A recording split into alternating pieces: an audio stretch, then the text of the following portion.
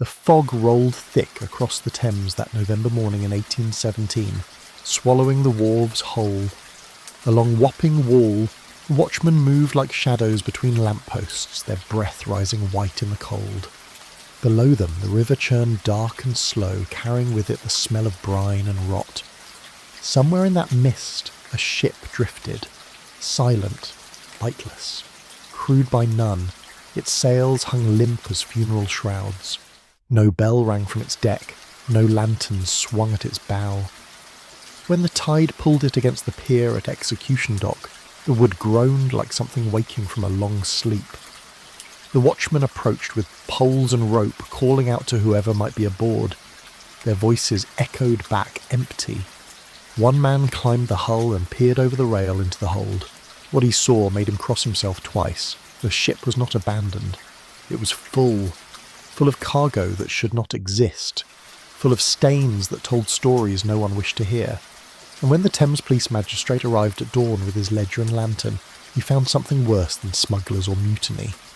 He found proof that the river had been keeping secrets for a very long time, the kind of secrets that vanish with the tide, but never quite leave. Chapter 1. The River's Silence. Good evening, and welcome to the Bedside Historian. The night has settled around you now, and the world beyond your window has grown still. Wherever you are listening from tonight, whatever hour finds you seeking rest, know that you have arrived at a place of quiet refuge. Perhaps you lie beneath blankets in a room far from the Thames, or perhaps the sound of water is not so distant from where you rest. It matters not. Time bends in these hours, and we may travel backward together, safely, gently, into the shadows of London's past. Before we begin our journey, if this is your first time drifting into history with us, consider leaving a trace of your presence, a subscription, a mark that you are here. It helps us continue these nocturnal wanderings, these whispered chronicles from the edges of the forgotten world. And if you have travelled with us before, welcome back. The archive grows deeper with each telling. Now, let us turn down the lamp and step onto the river. The Thames in the autumn of 1817 was not the river that flows through London today. It moved slower then, thicker, carrying with it the weight of empire and industry. From its source in the Cotswold Hills to its mouth at the North Sea, it wound through the heart of England like a vein through flesh, pulsing with commerce and consequence. By the time it reached London, the river had become something else entirely, a working artery choked with vessels of every size and purpose. Colliers from Newcastle brought coal in blackened hulls. Tea clippers from the East Indies crowded the legal quays, their holds fragrant with leaves and spices. Timber ships from the Baltic, grain barges from the countryside, naval frigates and from the dockyards at Deptford, all jostled for space along the wharves that lined both banks from London Bridge to Limehouse. The river was London's wealth and London's sewer both. It received everything the city cast away. Refuse from the slaughterhouses at Smithfield, waste from the tanneries at Bermondsey, the contents of chamber pots flung from tenement windows. The dead too found their way into the Thames, suicides who leapt from bridges, murder victims weighted with stones, sailors who fell drunk from gangplanks in the night. The river accepted all without judgment, pulling everything downstream toward the sea, where the evidence of the city's appetites could be forgotten in salt water and time. But the Thames was also a source of life. Fishermen still worked its waters, though the catch grew thinner each year. Watermen ferried passengers across in wherries, their oars cutting through the murk with practised rhythm. Children scavenged along the mudflats at low tide, searching for coins, nails, rope, coal, anything that could be sold or used. The river provided, even as it took away. This was the bargain London had made with the water that sustained it. The city grew fat on trade carried upriver from the world's ports, and in exchange the Thames swallowed the evidence of that prosperity's cost. By 1817, the Napoleonic Wars had ended, and London was adjusting to an uneasy peace. The docks teemed with men returned from naval service. scrambling for work among the stevedores and lumpers who loaded and unloaded cargo. The Pool of London, that stretch of river between London Bridge and Limehouse where the great merchant ships anchored, was so crowded that a man could cross from bank to bank by stepping from deck to deck, never touching water. Masts rose like a leafless forest. Rigging tangled overhead. The air smelled of tar and hemp and the sweat of labour. Policing this chaos fell to the Thames River Police, established in 1798 to combat the rampant theft that plagued the docks.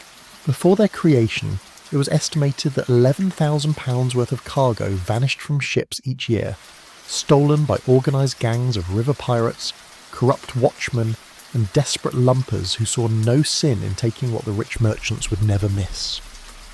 The Thames Police operated from their headquarters at Wapping, a grim stone building that overlooked the river like a watchtower.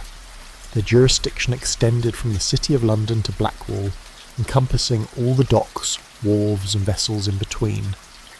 The men who served in the Thames Police were a particular breed. Many were former sailors themselves, intimately familiar with the rhythms of tidal water and the secrets ships could hide. They rode the river in their patrol boats at all hours, checking manifests, boarding vessels, pursuing thieves through the maze of docks and warehouses that lined the shore. They worked in fog and frost, in summer heat and winter gales. They knew the river's moods, when it ran sullen and slow, when it surged with spring tides that could lift a ship and dash it against the pilings. They understood that the Thames was not merely a highway for commerce, but a living thing with temperament and memory. Wapping itself was a place apart from the rest of London. It hugged the river's north bank, a narrow strip of land given over entirely to maritime enterprise. Rope walks stretched for hundreds of yards, where men twisted hemp into cables strong enough to hold a ship of the line in a gale. Breweries produced the small beer that sailors preferred to the brackish water stored in ships' casks. Taverns catered to every nationality. Norwegian sailors drank beside Lascar seamen from India, Irish dock workers beside Chinese tea merchants. The streets had names that spoke of the river's history. Execution Dock, where pirates were hanged and their bodies left to be washed by three tides. Ratcliffe Highway, infamous for its brothels and the infamous murders that had occurred there just 6 years prior. Shadwell, where the dead houses received the bodies pulled from the water, laid out on slabs for identification by grieving families or indifferent coroners. Along Wapping Wall, the watchmen kept their vigil. These were not the Thames Police proper, but older figures, remnants of an earlier system of security. Watchmen had patrolled London streets since medieval times, calling out the hours, lighting lamps, deterring those who might move through darkness with criminal intent. On the river, their role was to observe and report. They carried staves and rattles, but their real power lay in their knowledge of the waterfront's rhythms. They knew which ships should be where, which captains kept honest manifests, which stretches of wharf attracted trouble when the tide was high and the moon dark. November brought fog to the Thames with reliable regularity. It rose from the water at dusk, thickened through the night, and often lingered past dawn, transforming the familiar geography of the river into something strange and treacherous. Ships became ghosts in the mist. The sound of water lapping against hulls seemed to come from everywhere and nowhere. Lanterns created halos of yellow light that revealed nothing beyond arm's length. In such conditions, the watchmen moved by instinct and a long familiarity, their footsteps echoing on cobblestones they could barely see. It was on such a morning in the first week of November 1817 that the fog lay particularly thick. The watchmen of Wapping Wall made their rounds as always, their breath visible even in the gloom. The tide was coming in, pushing up river from the sea, bringing with it the smell of salt and mud. Somewhere in the pool, a ship's bell tolled mournfully, counting out the watch. Another vessel answered, then another, until the fog-bound air filled with the metallic voices of bells speaking to one another across the invisible water, and then, cutting through the fog with the slow inevitability of a funeral barge, came a ship that made no sound at all. No bell rang from its deck, no sailors called from its rigging, no lantern burned at bow or stern. It drifted with the tide masterless, guided only by the river's current. The watchman saw it first as a darker shadow in the fog, a shape that resolved gradually into the familiar form of a merchant brig. Two-masted, perhaps 80 feet in length, its hull riding low in the water as if heavily laden. The vessel made no attempt to anchor or signal its presence. It simply drifted, carried by the incoming tide toward the wharves at Wapping. The watchmen called out to it, their voices swallowed quickly by the fog. No answer came. They called again, louder this time, demanding identification, warning that the ship was approaching the dock too quickly. Still, nothing. The brig continued its silent approach, and the watchman began to understand that something was very wrong. When the hull finally bumped against the timber pilings at Execution Dock, that grim stretch of waterfront where pirates had once swung from gibbets, the sound was gentle, almost apologetic. The ship settled against the dock as if grateful for the contact, as if it had been searching for this exact place. The watchmen moved closer with their poles and lanterns, playing light across the weathered planking of the hull. The vessel bore no name that they could see. No home port was painted on its stern. The sails hung slack and stained, but whether from weather or neglect or something else, they could not yet determine. One of the watchmen, a former boatswain named Thomas Reeves, who had served aboard merchant vessels for 20 years before age and injury brought him to this steadier employment, volunteered to board the silent ship. He was lowered a rope and climbed with practised ease, his movements economical despite the stiffness in his joints. His boots found purchase on the hull's curve, and he hauled himself up to the rail. For a moment, he stood there on the edge, lantern held high, peering down onto the deck. What he saw made him pause longer than necessary. The deck was not abandoned in the way of a ship whose crew had fled in panic or mutiny. Everything was in its place. Lines coiled neatly, hatches secured. The wheel lashed to hold course. But there was no one present. No captain in the stern cabin. No watch on deck. The ship was a Mary Celeste. Before that more famous vessel would earn the name, a floating riddle that offered no easy answer. Reeves called down to his companions on the dock that he was going aboard. They watched as his lantern moved across the deck, casting wild shadows that danced across the rigging. He checked the wheel, the compass binnacle, the ship's bell that hung silent in its mount. He tested the hatch to the hold and found it unlocked. The wood creaked as he lifted it, and the smell that rose from below made him turn his face away and breathe through his mouth. It was not the smell of rot, exactly, nor of bilge water or spoiled cargo. It was something else, organic and wrong, the scent of suffering sealed in darkness. Reeves descended into the hold carefully, testing each rung of the ladder before trusting it with his weight. His lantern threw light into the space below, revealing the ship's cargo. And it was here, in this ark belly beneath the Thames, that the true nature of the vessel began to reveal itself. The hold was not empty, it was not filled with ordinary merchant goods. What Reeves saw in that first moment of illumination would stay with him for the remainder of his days. A vision that he would describe later, haltingly to the Thames police magistrate, choosing his words with the care of a man who understands that some truths resist easy telling. The river outside continued its work, indifferent to what had drifted in with the tide. The fog would lift by midday, revealing the ordinary traffic of the Thames, barges and wherries, colliers and clippers, all going about their business as they had done for centuries. But the silent ship at Execution Dock would not be forgotten so easily. It had brought something to the surface that London preferred to keep submerged.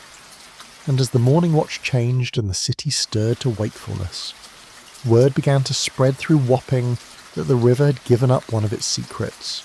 The magistrate would come, questions would be asked, and the answers, when they came, would reveal that the Thames had been hiding far more than anyone wished to know. Chapter 2. The Watchmen of Wapping. The watchmen of Wapping were not young men. Youth had no patience for the work required along the river's edge. The long hours standing in cold that seeped through wool and leather, the dampness that settled in joints and lungs, the tedium of watching ships that mostly behaved as ships should. The men who took up the post were those for whom the river had already claimed the best years. Former sailors whose bodies no longer tolerated the heave of ocean swells, dock workers whose backs had given out under the weight of cargo, men who had known the Thames all their lives and could read its moods the way a farmer reads the sky. Thomas Reeves had been among their number for 3 years by that November of 1817. Before that, he had sailed merchant routes to the Baltic, to the Mediterranean, twice around the Cape of Good Hope to India. He had known the particular violence of storms at sea, the boredom of becalmed weeks, the politics of a ship's crew confined in wooden walls for months at a time. A fall from rigging off the coast of Portugal had ended his sailing days, not dramatically, but with the slow certainty of pain that would not heal properly. His right leg had mended crooked. He walked with a limp that grew more pronounced as the day wore on, as the cold worked deeper into the bone. Wapping had offered him something like refuge. The pay was modest but regular. The work demanded alertness rather than strength. He knew ships, knew their architecture and routine, could spot when something aboard a vessel sat wrong. The Thames Police valued such knowledge. They preferred watchmen who understood what they were looking at when they looked at a ship. Too many crimes along the river went undetected because those who should have noticed possessed no frame of reference for what was ordinary and what was not. The watch system divided the waterfront into sections, each covered by 2 or 3 men depending on the night's expected traffic. Reeves typically walked the stretch from Wapping Old Stairs to Execution Dock, a distance of perhaps half a mile, but made longer by the need to check every moored vessel, every darkened warehouse entrance, every narrow passage between buildings where theft or violence might unfold unseen. His companions on this particular night were William Marsh, a man of 60 who had worked the dock since childhood, and John Pettigrew, younger at 45 but marked by consumption that made his breathing audible in the quiet hours. They had gathered at dusk as always, collecting their staves and lanterns from the watch-house, a cramped stone building that offered minimal shelter and a fireplace that smoked more than it warmed. The evening had been unremarkable. They had checked the manifests of 3 newly arrived vessels, a collier from Newcastle, a timber ship from Norway, a barge carrying grain from upstream. All had been in order. The crews had been accounted for, the cargo properly documented, the captains willing to answer questions about their voyage and intended departure. As night deepened, the fog had begun its advance. It came first as a thickening of the air, a softness to the edges of lamplight. Then it rolled in properly, sliding up from the river in sheets that absorbed sound and distance. Within an hour, the familiar landmarks of the waterfront had vanished. The watchmen moved closer together, their lanterns creating small islands of visibility in an ocean of grey. They relied on their knowledge of the stones beneath their feet, the count of steps between one wharf and the next, the distinctive smells that marked different sections of the riverbank. Here the reek of the tannery, there the yeasty warmth from the brewery, further on the sharp bite of pitch from the shipbreaker's yard. Marsh had been the first to sense the approaching vessel. He could not say what had alerted him, perhaps a change in the sound of the water, or the displacement of fog that occurs when something large moves through it. He had stopped walking and raised his hand for silence. Reeves and Pettigrew had stilled, listening. For a long moment they heard nothing but the lap of tide against pilings, the creak of moored ships settling on their anchor chains. Then it came, not a sound, but an absence of sound. A space in the fog where sound should have been, but was not. Ships approaching the docks made noise. Sailors called to one another, coordinating the lowering of sails, the preparation of lines for mooring. Captains shouted instructions, bells rang to signal position in the fog. Even a ship being towed by a tug made the splash of oars, the grunt of effort, the scrape of rope through pulleys. But this vessel that now materialised from the fog made none of these sounds. It moved in silence, as if the fog itself had taken solid form and decided to drift ashore. The watchmen had moved toward the approaching shape with their lanterns raised. Protocol required that they challenge any vessel that failed to properly announce itself. Marsh had called out first, his voice carrying the authority of decades spent along the waterfront. No answer came. Reeves had tried next. identifying himself as a watchman and demanding that the vessel identify itself in return. The fog swallowed his words. The ship continued its approach, unhurried, unconcerned. Pettigrew had wanted to sound the alarm immediately, to ring the bell that would summon the Thames police from their headquarters. But Reeves had counselled patience. The vessel was not behaving aggressively. It was not attempting to flee or ram the dock. It was simply drifting, and there could be reasonable explanations for that. Perhaps the crew was incapacitated by illness. Perhaps they had abandoned ship for reasons that would become clear upon boarding. Ringing the alarm would bring officers and attention, and if the situation proved mundane, the watchmen would face questions about their judgment. So they had waited as the ship drifted closer. Reeves had studied its silhouette as it emerged from the fog. A brig, he had determined, a merchant vessel of moderate size, the type that might carry general cargo between English ports or across the Channel to France or the Low Countries. Nothing about its construction suggested naval use or privateering.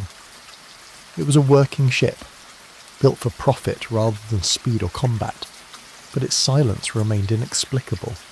Even a ship in distress, with crew too ill or injured to properly manage it, should have shown some sign of life. A lantern burning, a figure at the rail, a call for help. The vessel had bumped against the dock at Execution Dock with surprising gentleness, as if guided by an experienced hand. The pilings groaned slightly under the impact, but there was no violence to the contact. The ship simply arrived and stopped, settling against the timber as if it had come home.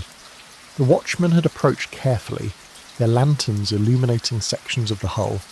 The wood was weathered, but not damaged. The waterline showed no signs of taking on excessive water. The rigging appeared intact. Everything about the vessel suggested ordinary use and maintenance, save for the complete absence of anyone aboard to explain its presence. Reeves had made the decision to board based on long experience. An unattended ship at dock represented both a mystery and a liability.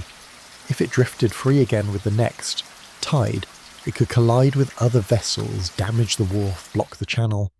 Someone needed to secure it properly, and someone needed to investigate why it had arrived in such condition. He had called down to Marsh and Pettigrew that he was going aboard, and they'd steadied the rope that would serve as his means of ascent. Climbing the hull in fog and darkness required concentration. Reeves had done such things countless times in his sailing years, but his injury made every movement more deliberate. He had gripped the rope with both hands and walked his feet up the curve of the hull, finding purchase in the gaps between planks, testing each foothold before trusting it with his weight. The wood was slick with river water and fog. His lantern swung from his belt, casting wild shadows. Below him, Marsh and Pettigrew watched in silence, their faces upturned and obscured by the fog. When Reeves pulled himself over the rail onto the deck, his first sensation was one of wrongness. Not danger exactly, but a quality of absence that troubled him more than any overt threat would have. He was accustomed to the feel of a living ship, the vibration of crew moving about their duties, the heat rising from the galley, the sound of men's voices, the smell of bodies and cooking, and the particular staleness of inhabited space. This vessel possessed none of that. It felt abandoned, but not recently. The abandonment had a settled quality, as if the ship had been empty for some time. He had moved across the deck carefully, checking each area in turn. The wheel was lashed properly, set to hold a steady course. The compass in its binnacle was functional, though the needle swung lazily without the motion of sailing to steady it. The ship's bell hung in its mount, the clapper secured so it would not ring with the vessel's movement. This was deliberate. Someone had silenced the bell intentionally, did not want it announcing the ship's position. The lines were coiled and secured. The hatches were closed but not locked. Everything was in its proper place, maintained with the discipline of a well-run merchant vessel. But there was no one present. Reeves had called out, his voice sounding flat in the fog-muffled air. He had checked the small cabin aft where the captain would have slept. The door was unlocked.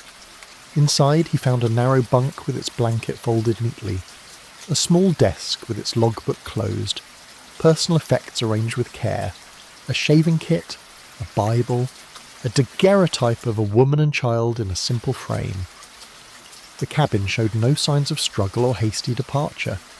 It looked as if the occupant had simply stepped away and intended to return.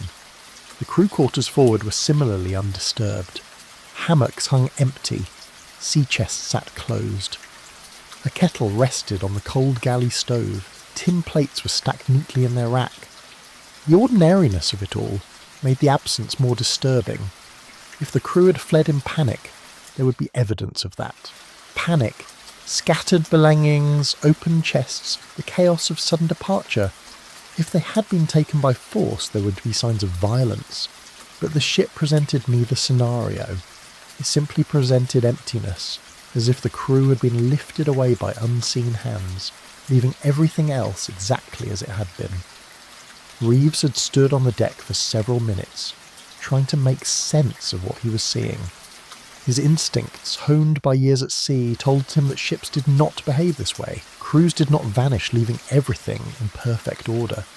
Even in cases of plague or madness or mutiny, there were clues, evidence, some thread that could be followed to understanding. But this vessel offered nothing. Or rather, it offered everything except the one thing that mattered, an explanation for the absence of human life. It was then that he had turned his attention to the hold. The main hatch was secured but not locked. He had lifted it, the hinges creaking with disuse, and the smell had risen to meet him. That strange, organic wrongness that made him turn his head and breathe through his mouth. It was not the smell of cargo gone bad, though he had smelled that often enough. It was not the reek of bilge water, though that was familiar too. It was something else, something that carried with it the suggestion of suffering, of bodies in distress, of human waste and fear, and the particular odour that comes from people held in spaces too small and too dark for too long. Reeves had descended into the hold with his lantern held before him, watching his footing on the ladder, feeling the temperature drop as he moved below deck. The space opened around him gradually as his eyes adjusted. A cargo hold running perhaps 40 feet in length, lined with ribs and planking, the ceiling low enough that he had to stoop slightly to avoid the beams, and there, in the light of his lantern, he had seen what the ship had been carrying. The hold was not empty, but neither was it filled with ordinary cargo. What Reeves saw in those first moments defied easy categorization. There were chains, heavy iron chains bolted to the floor and walls, some still bearing manacles. There were wooden platforms built in tiers along both sides of the hold, crude shelves perhaps 18 inches high and 6 feet deep, designed to maximise the number of bodies that could be packed into the space. There were buckets, stinking and overturned. There were scraps of cloth that might once have been clothing. And there were stains, dark stains on the wood that his experience told him were blood, old blood absorbed into the grain, impossible to scrub away completely. But there were no bodies. Whatever the ship had carried, whatever had created these stains and left these chains, was no longer present. The hold was empty of human cargo, though it reeked with the evidence that such cargo had once filled it. Reeves had moved through the space slowly, his lantern illuminating section by section. He found more chains, more stains. He found marks scratched into the wood, tallies perhaps, or names, or prayers in languages he could not read.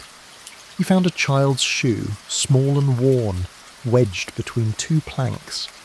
He found a wooden cross, crude and homemade, hanging from a nail driven into a beam. And he understood.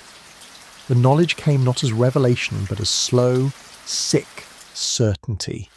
He knew what this ship had been used for. He knew what these chains had held.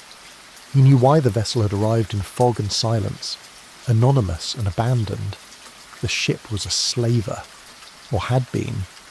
Despite the laws passed, despite the Royal Navy's patrols, despite the official end to Britain's participation in that trade, ships like this one still moved across the ocean, carrying human cargo from Africa to the Americas, sometimes stopping at English ports when convenient, hiding in plain sight among the legitimate merchant traffic.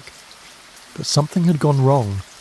The ship had been abandoned, its crew vanished, its cargo removed or lost, and it had drifted, perhaps for days or weeks, until the Thames had claimed it and brought it home to London, to the very dock where pirates had once been hanged for their crimes against commerce and humanity. Reeves had climbed back to the deck slowly, his mind working to organise what he had seen into something he could report. When he emerged into the fog again, Marsh and Pettigrew had been waiting, their faces anxious in the lantern light. Reeves had looked at them for a long moment before speaking. Then he had told them to fetch the magistrate immediately. This was beyond the authority of watchmen. This required investigation by those with power to pursue answers across jurisdictions and oceans. This required the Thames police, and perhaps more than that. As Pettigrew hurried off into the fog to raise the alarm, Reeves and Marsh had remained with the silent ship. They did not speak much.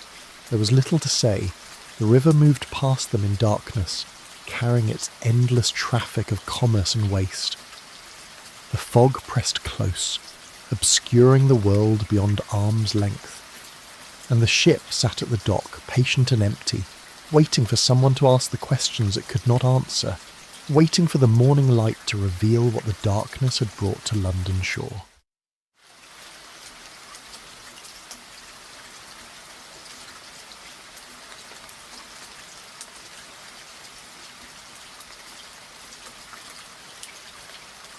Chapter 3. The boarding dawn came late through the November fog, less a rising of light than a gradual thinning of darkness from black to grey.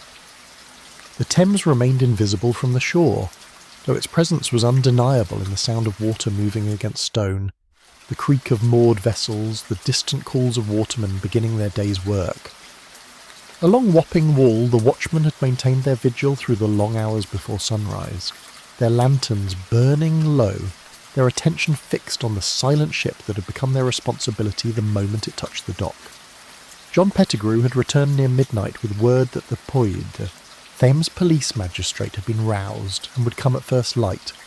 Until then, the watchmen were to secure the vessel and allow no one aboard.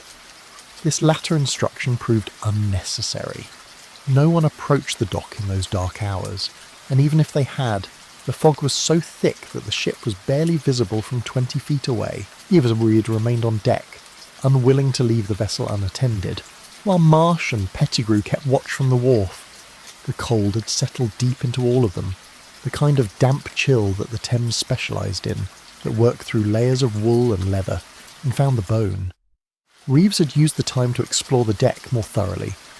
He moved from bow to stern with his lantern, examining everything with the methodical attention he had learned during his sailing years. A ship told stories if one knew how to read it. The wear patterns on the deck planking revealed which areas saw the most traffic. The condition of the rigging indicated how recently the vessel had been at sea. The state of the paintwork and caulking showed how well the ship was maintained, which in turn suggested the character and means of its owner. This vessel was well maintained, though not new. Reeves estimated it at perhaps 15 years old, built solidly in a yard that understood ocean work. The wood was good English oak, aged properly before construction. The masts were sound, the yards properly balanced. Someone had cared for this ship, had invested in its upkeep, had treated it as a valuable asset rather than a disposable tool. This was not some decrepit hulk barely holding together for one final voyage. This was a functional vessel that should have had years of profitable service remaining. Yet it had been abandoned. Reeves kept returning to this fact, worrying at it like a puzzle piece that would not fit. Sailors did not abandon sound ships without cause.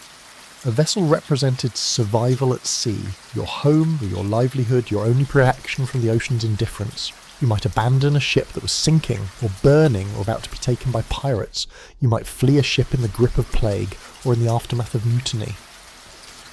But this ship showed no signs of any such crisis. It simply showed absence. The ship's boat was gone. That was one clue. The davits at the stern hung empty, and the lines that would have secured the boat showed the clean cuts of knives, rather than the frayed ends of ropes that had parted under strain. Someone had deliberately lowered the boat and departed in it. But when? And why? And where had they gone? The Thames was not the open ocean. A ship's boat rowing away from this vessel would have been seen by someone. Watermen? Other ships? Watchmen along the shore? Yet no reports had come of any such sighting. Reeves had examined the ship's wheel more closely as the hours passed. The lashing that held it steady was expert work, tied by someone who knew their business. The wheel itself was well worn, the wood smooth from countless hands gripping it through countless voyages. He tried to imagine the last person to stand here, to set this course, to make the decision that led to the ship's current state. What had they been thinking? What had driven them to lash the wheel, silence the bell, and depart into the fog? In the captain's cabin, Reeves had opened the logbook with careful hands. The pages were stiff with salt air and damp, the ink faded but legible. He had held his lantern close and read the entries moving backward through time from the last recorded date. The handwriting was neat, educated, belonging to someone comfortable with written English. The entries themselves were typical of merchant ship logs, notations of wind direction and strength, course headings, sail changes, brief observations about weather and sea conditions. The final entry was dated 3 weeks prior, October 19th, 1817. The location given was approximately 60 miles east of London, off the coast of Kent. The weather was noted as fog descending, visibility poor. The last line read, proceeding upriver with tide, all well, and then nothing. No explanation for what came after. No record of distress or difficulty. The log simply ended, as if the person writing it had been interrupted mid-thought and never returned. Reeves had paged through earlier entries, looking for anything unusual. Most of the voyage seemed routine. The ship had sailed from London in August, crossed to Rotterdam, loaded cargo, and begun the return journey. But there were gaps in the record. Several days in September had no entries at all, which was unusual. Captains were generally meticulous about maintaining logs, knowing that insurance claims and legal disputes often hinged on such documentation. Yet here were blank days, unexplained silences in the written record. More troubling were certain entries that seemed to have been made and then partially obscured. Not torn out, that would have been obvious, but written over, or water damaged in a way that seemed too convenient, rendering certain passages illegible while leaving others perfectly clear. Someone had altered this log, or allowed it to be altered. Someone had decided that certain information should not survive to be read. In the navigator's desk, Reeves had found charts of the English Channel and the North Sea, marked with the typical notations of routes and hazards. But he had also found something else, a separate chart, folded and tucked beneath the others, showing the west coast of Africa, specifically the region known as the Gold Coast, stretching from modern-day Ghana to Nigeria. Ports were marked: Cape Coast Castle, Anamabo, Accra, Ouidah, Lagos. Now, these were names Reeves recognised from his sailing years. They were slaving ports, the stations where European traders had loaded human cargo for transport across the Atlantic. The presence of this chart meant nothing definitive. Many merchant ships carry ships, charts of regions they might never visit, purchased as part of a comprehensive set or inherited from previous owners. But combined with what Reeves had seen in the hold, the chains, the platforms, the stains, the chart took on a more sinister significance. It suggested not just knowledge of the slave trade, but participation in it. It suggested that this vessel, for all its tidy maintenance and respectable appearance, had been engaged in work that British law had forbidden for a decade. The Act for the Abolition of the Slave Trade had been passed in 1807, making it illegal for British ships to participate in the transport of enslaved people. The Royal Navy had established the West Africa Squadron, specifically to patrol the African coast and intercept slave ships. Captured vessels were condemned, their captains prosecuted, their human cargo freed at settlements like Freetown in Sierra Leone. On paper, Britain had ended its involvement in the trade. In practice, the ocean was vast, enforcement was difficult, and the profit margins were too substantial for some men to resist. A successful slaving voyage could make a captain rich. Despite the risks of naval interception, disease, and the moral weight that some men still felt despite their greed, ships continued to make the journey. They sailed under false flags, carried forged papers, modified their holds to hide the evidence of their true purpose. They landed their cargo at ports in the Americas or the Caribbean, where officials could be bribed to look away, and if they were clever and lucky, they returned to England with legitimate cargo, and no one the wiser about what they had carried on the outbound voyage. But something had gone wrong with this ship. Something had occurred that led to its abandonment, its drift through the fog, its arrival at London with no crew and no cargo, but the evidence of what it had carried. Reeves had sat in the captain's cabin as the hours crawled toward dawn, trying to construct a narrative that would explain these facts. Had the crew been struck by disease? Had they mutinied against a captain engaged in illegal trade? Had they encountered the Royal Navy and fled, abandoning the ship to avoid prosecution? Each possibility raised more questions than it answered. The sound of oars cutting through water had brought Reeves back to the deck. Through the fog came the Thames Police patrol boat, rowed by 4 men with practiced synchronisation. A 5th figure sat in the stern, the magistrate, identifiable even in the poor light by his dark coat and the leather case he carried. The boat pulled alongside the ship and lines were thrown up. Reeves had secured them and watched as the magistrate climbed aboard with surprising agility for a man of his apparent years. Henry Colquhoun was 63 years old that November, but his mind remained sharp and his disposition sceptical in the manner of those who have seen humanity at its worst and developed few illusions as a consequence. He had served as Thames Police Magistrate for 12 years, a position that combined judicial authority with investigative responsibility. He was not merely a judge but a detective, empowered to pursue inquiries across London's maritime districts, to compel testimony, to board vessels and examine cargo and crew. He had investigated smuggling, theft, murder, fraud and every variety of maritime crime that the river could produce. But he had never investigated a ghost ship. That was how Pettigrew had described it when rousing Colquhoun from sleep. A vessel with no crew, no name, no explanation for its presence. Colquhoun had dressed quickly, gathered his investigation kit, and made his way to Wapping in the darkness.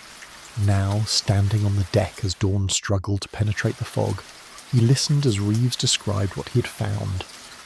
Colquhoun's expression remained neutral as Reeves spoke, but his questions were pointed. How long had the watchman observed the ship before boarding? Had anyone been seen departing the vessel? What was the condition of the rigging and sails? Had the ship's boat been present? Where was the logbook? What cargo was in the hold? This last question made Reeves pause before answering. He chose his words carefully, describing what he had seen without immediately offering interpretation. The chains, the platforms, the stains, the smell. Colquhoun had nodded slowly, his face revealing nothing. He requested that Reeves show him the hold. Together they descended into that dark space, Colquhoun's lantern joining Reeves's to illuminate the evidence of what the ship had carried. The magistrate moved through the hold methodically, examining the chains, the construction of the sleeping platforms, the marks on the wood. He ran his fingers along the bolts that secured the chains to the floor, testing their strength. He knelt to look more closely at the stains. He picked up the small shoe that Reeves had noticed and turned it over in his hands, studying it with the attention of someone reading a text in a difficult language. After several minutes, Colquhoun had straightened and looked at Reeves. "You have seen such arrangements before?" he asked. Reeves had nodded. "Once, in Lisbon, a Portuguese ship that had been intercepted by the Navy. They had the crew in chains pending trial." Colquhoun had made a small sound of acknowledgement.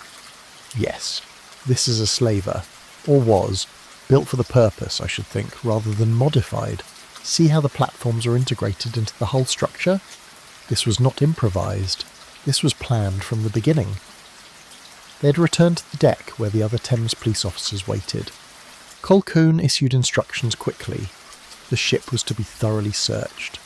Every compartment, every locker, every space large enough to hide evidence was to be examined.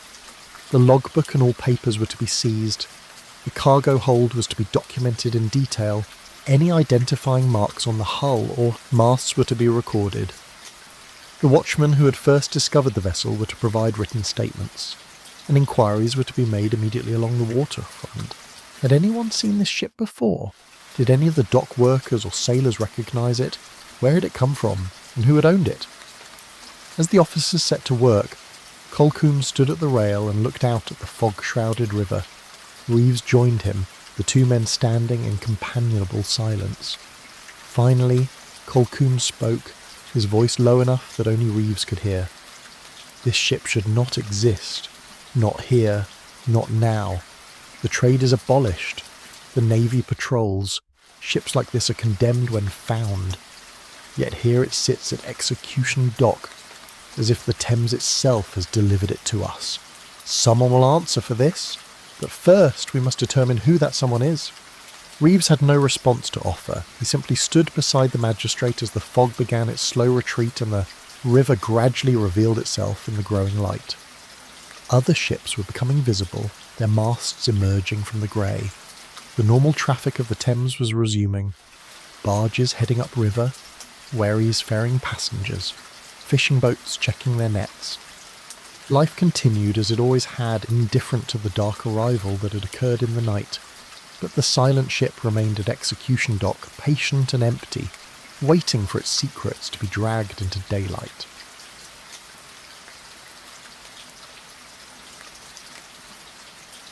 Chapter 4. The Hold Below. The full search of the ship took most of the day.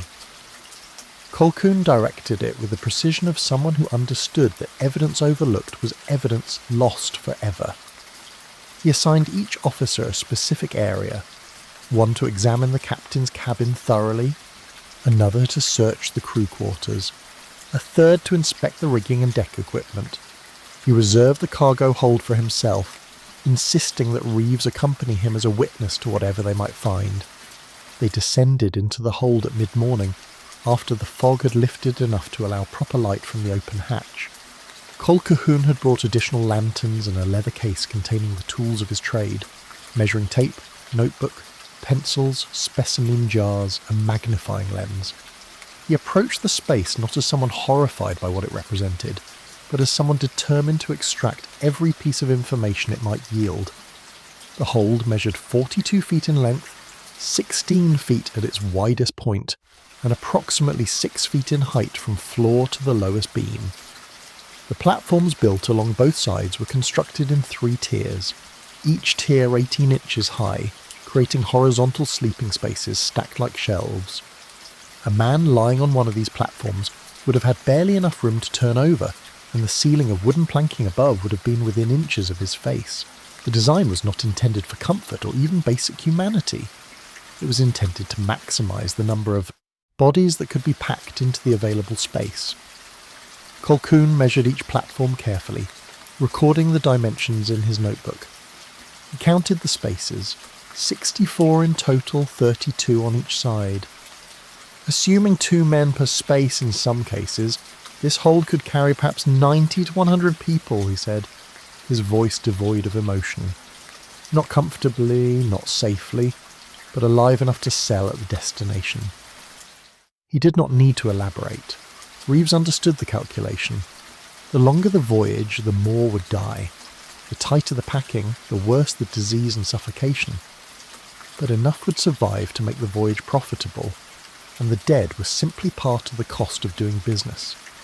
The chains presented their own catalogue of horror. They were not uniform, but appeared to have been collected from various sources. Some were heavy iron links, the type used to secure ships' anchors or tow heavy cargo. Others were lighter, more suitable for restraining individual limbs.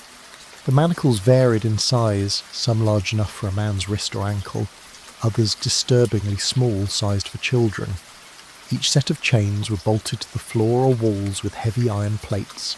Those bolts driven deep into the oak and secured with nuts that would have required tools to remove.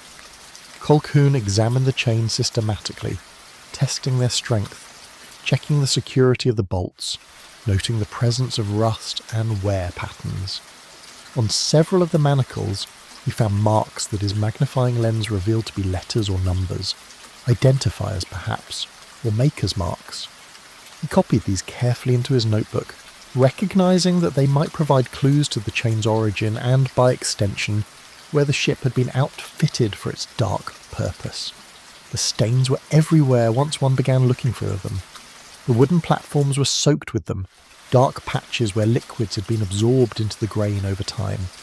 Colquhoun scraped samples from several locations, sealing them in his specimen jars for later analysis, though he told Reeves he had little doubt what the examination would reveal.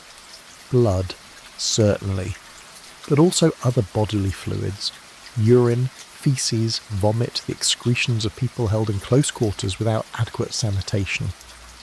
The smell that pervaded the hold came from these accumulated stains, the organic residue of suffering that no amount of scrubbing could fully remove. On the walls and support beams, Colquhoun found the scratched marks that Reeves had noticed in his initial exploration. Using his magnifying lens and the bright light of several lanterns held close, he studied these carefully. Some were simple tallies, groups of 4 vertical lines with a 5th crossing them, the universal method of counting days. Someone had been marking time down here in the darkness, but other marks were more complex. Letters in what might have been Arabic script, symbols that could have been religious or protective, crude drawings of faces, of hands, of what might have been maps or diagrams. One set of markings arrested Colquhoun's attention for several minutes. They were carved into a beam near the centre of the hold, at roughly shoulder height for a man standing. The letters were English, deeply scratched into the wood with something sharp, perhaps a nail or a piece of metal worked free from the chains. They read, "Mercy House, 1816, God sees all." Below this was a list of names, perhaps a dozen, each carved with the same determination. Colquhoun copied them into his notebook, sounding them out as he wrote, Kwame, Amma, Kofi, Akosua. African names, preserved in English letters by someone literate enough to record them, desperate enough to leave this evidence scratched into wood. "Mercy House," Colquhoun repeated, looking at the Reeves. "Have you heard this name before? A ship?" Reeves shook his head. "Not that I recall, but it could be this vessel's name, or perhaps another ship. Sometimes they carved names of home, of where they came from." Colquhoun nodded. Or it could be ironic, a name given to a place where no mercy existed. "We must inquire about it. If this ship operated in 1816, there will be records, port authorities, customs officials, shipping registries. Someone will know." They continued their examination, working systematically from bow to stern. Colquhoun photographed the space with a daguerreotype camera he had brought, though the long exposure times required in the dim hold meant each image took several minutes to capture. He insisted on documenting everything before any of it was disturbed. "This evidence will be challenged," he told Reeves. "Men of means will claim we have misunderstood, that this was a legitimate cargo hold modified after the fact. We must be able to demonstrate beyond question what this space was designed for." In the forward section of the hold they found the buckets, wooden pails of varying sizes, all empty now but stained and reeking. These had served as the only sanitation, Colquhoun explained. People chained in place would have had to use these buckets where they sat, in full view and smell of everyone else, adding yet another layer of degradation to their captivity. Some of the buckets showed signs of having been thrown or kicked, perhaps in desperation or rage. Others had marks where they had been gnawed. Whether by rats or by human teeth in extremes of thirst or madness, Colquhoun did not speculate aloud. Near these buckets, Reeves found more small objects that had fallen, or been pushed into gaps between planks. He extracted them carefully. A piece of cloth that might have been part of a garment, a wooden bead carved with intricate patterns, a small pouch containing what appeared to be seeds or dried plant material, a fragment of pottery with designs that looked West African in origin. Each item was a fragment of a life, an identity, a person reduced to cargo but still carrying these small assertions of humanity even into captivity. Colquhoun collected each object carefully, wrapping them in paper and noting their location. These people were not abstract, he said quietly. They had names, families, skills, beliefs. They were taken from specific places, transported in this specific ship for specific purposes, and then they vanished. The ship arrives empty. Where did they go? If they were sold, where are the records?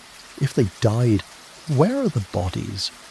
This vessel is evidence of a crime, but the crime itself seems to have disappeared. The thought hung in the air of the hold. Reeves felt the weight of it. The notion that perhaps 100 people had been chained in this very space, breathing this same air, lying on these same wooden platforms, and then had simply ceased to exist in any documented way. No death certificates, no sale records, no immigration logs, just absence, as if they had never been. In the aftmost section of the hold, where the space narrowed and the ceiling was lowest, they found what appeared to be a separate compartment. It was divided from the main hold by a crude wooden wall, with a door that could be locked from the outside. The space beyond was smaller, perhaps 8 feet by 10, with its own set of chains but no sleeping platforms. The floor here was different, stained darker, worn, smooth in certain places as if by repeated movement. A grinding stone sat in one corner, and near it metal tools, a hammer, chisels, files.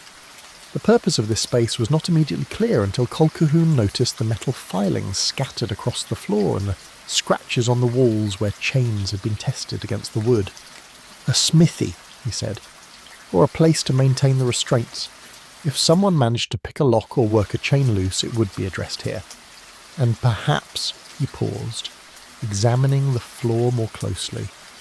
Perhaps this is where they prepared the people for sale, removed the chains, allowed them to clean themselves, tried to make them presentable for buyers, a transformation from cargo back to human commodity. The darkness of this observation silenced them both for a moment. Reeves thought about the logistics being described, the calculated brutality of a system that treated people as items to be stored, maintained and delivered. The ship was not a prison or a slave plantation, places where captivity was at least stationary. It was a transport vehicle, a moving cell combining all the horrors of enslavement with the additional terrors of ocean voyage. Storms, disease, the knowledge that even if you survived, you were being carried further from home with each passing day. They emerged from the hold near noon, both men grateful for fresh air despite the cold. The Thames police officers who'd been searching other parts of the ship gathered to report their findings.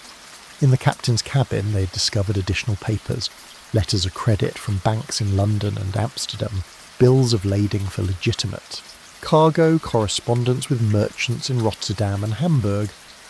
All of it seemed ordinary, the paperwork of standard merchant trade, but they had also found a locked strongbox bolted to the floor beneath the captain's bunk. Colquhoun had ordered the box brought up and opened carefully. Inside they found gold coins, Portuguese and Spanish mostly, denominations common in West African trade. More than £2,000 worth by Colquhoun's quick calculation. They also found a separate ledger, smaller than the ship's log, written in a different hand. This ledger contained entries that corresponded to no legitimate cargo, numbers and dates and locations with sums of money listed beside them. The entries used codes or abbreviations that were not immediately interpretable. 40 units acquired Coast OG5 and 38 units delivered Rio, Sep 12 and proceeds £1850, less 15% commission. Units, Colquhoun said flatly. Not bales, not barrels, not crates. Units. Human units. He paged through the ledger, his expression growing darker with each entry. The accounting went back 3 years, documenting voyage after voyage. If the numbers were accurate, this single ship had transported more than 400 people during that time. Some voyages showed higher proceeds than others. Some showed significant losses, 12 units lost to fever, or 7 units damaged, sold at discount. The clinical language made the horror somehow worse, reducing lives to entries in a profit and loss column. The crew quarters had yielded less dramatic finds, but still useful information. Among the hammocks and sea chests, the officers found clothing that suggested a crew of perhaps 12 men, the typical complement for a brig of this size. They found personal effects that indicated English, Dutch and Portuguese speakers among the crew. They found several Bibles, a Quran, a prayer book in Latin. They found letters from families, gambling debts, a woman's handkerchief pressed flat between pages of a book. The ordinary detritus of sailors' lives, men who might have been found on any merchant ship in any port, now disappeared with no explanation. One item stood out: a journal kept by someone in the crew, written in educated English with occasional Portuguese words mixed in. The entries were sporadic and mostly mundane, describing weather and the tedium of ocean crossings, but several passages were disturbing in their casual cruelty. 3 units disposed of today, fever to advanced, read one entry from 1816. Crew complains of the smell, but nothing to be done until Rio, read another. Captain flogged 1 unit for fighting, good effect on the others, read a third. The journal writer seemed to see nothing remarkable in these observations, recording them with the same emotional detachment he used to describe the direction of the wind. Colquhoun had read these entries aloud to the assembled officers, his voice carefully controlled. When he finished, he closed the journal and looked at the men. "This is our crime," he said. "Documented, undeniable. Now we must determine who is responsible. Someone owned this ship. Someone captained it. Someone crewed it. And all of them have vanished, leaving us with evidence but no one to charge. We must pursue this investigation wherever it leads, regardless of who might prefer these questions unasked." The officers had nodded, but Reeves saw the concern in their faces. Investigating a ghost ship was one thing. Investigating a slave ship that might implicate wealthy merchants or well-connected investors was quite another. The trade had been abolished, but the men who had profited from it were still present in London society, still owned property, still sat in Parliament and on boards of banks and trading companies. Asking questions about their business activities could be professionally dangerous, but Colquhoun seemed undeterred. He ordered the ship sealed and placed under guard. No one was to board without his explicit permission. All evidence was to be secured at Thames Police Headquarters, and inquiries were to begin immediately. Who had seen this ship before? Which ports had it visited? What names appeared in customs records? Which merchants dealt in goods from West Africa? The investigation would be thorough, he promised, and the results made public, whatever they revealed. As the afternoon faded toward evening, Reeves stood once more at the rail of the silent ship. The Thames moved past, carrying its traffic, indifferent as always. The hold below deck remained dark and empty, but Reeves could not shake the sense of it. The presence of absence, the weight of lives that had been held here and then erased from record. The ship had delivered its cargo, whatever that cargo had been, and now it sat at anchor, waiting for justice, or, more likely, waiting to be forgotten, like so many crimes the river had witnessed and absorbed into its dark waters. Colquhoun joined him at the rail, both men silent for a long moment. Finally the magistrate spoke. "The Thames brings everything home eventually. Secrets, crimes, evidence. The trick is whether we have the courage to look at what it delivers." He turned to face Reeves directly. "You have done well, watchman. You could have closed that hatch and reported nothing unusual. Many would have. But you looked. You bore witness. And now we must carry that witnessing forward into investigation. Will you assist me in this work?" Reeves did not hesitate. "Yes, sir, I will." "Good," Colquhoun said. "Because I suspect this ship is only the beginning.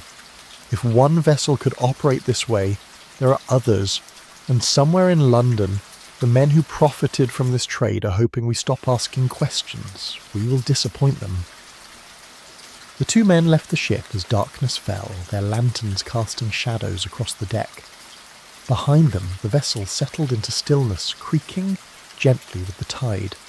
And in the hold below, the chains swung slightly in the dark, marking time to a rhythm only they remembered. Chapter 5. The Magistrate's Inquiry. The Thames Police Office at Wapping stood 3 stories tall, built of grey stone that seemed to absorb the river's dampness and hold it like a grudge. The building faced the water directly.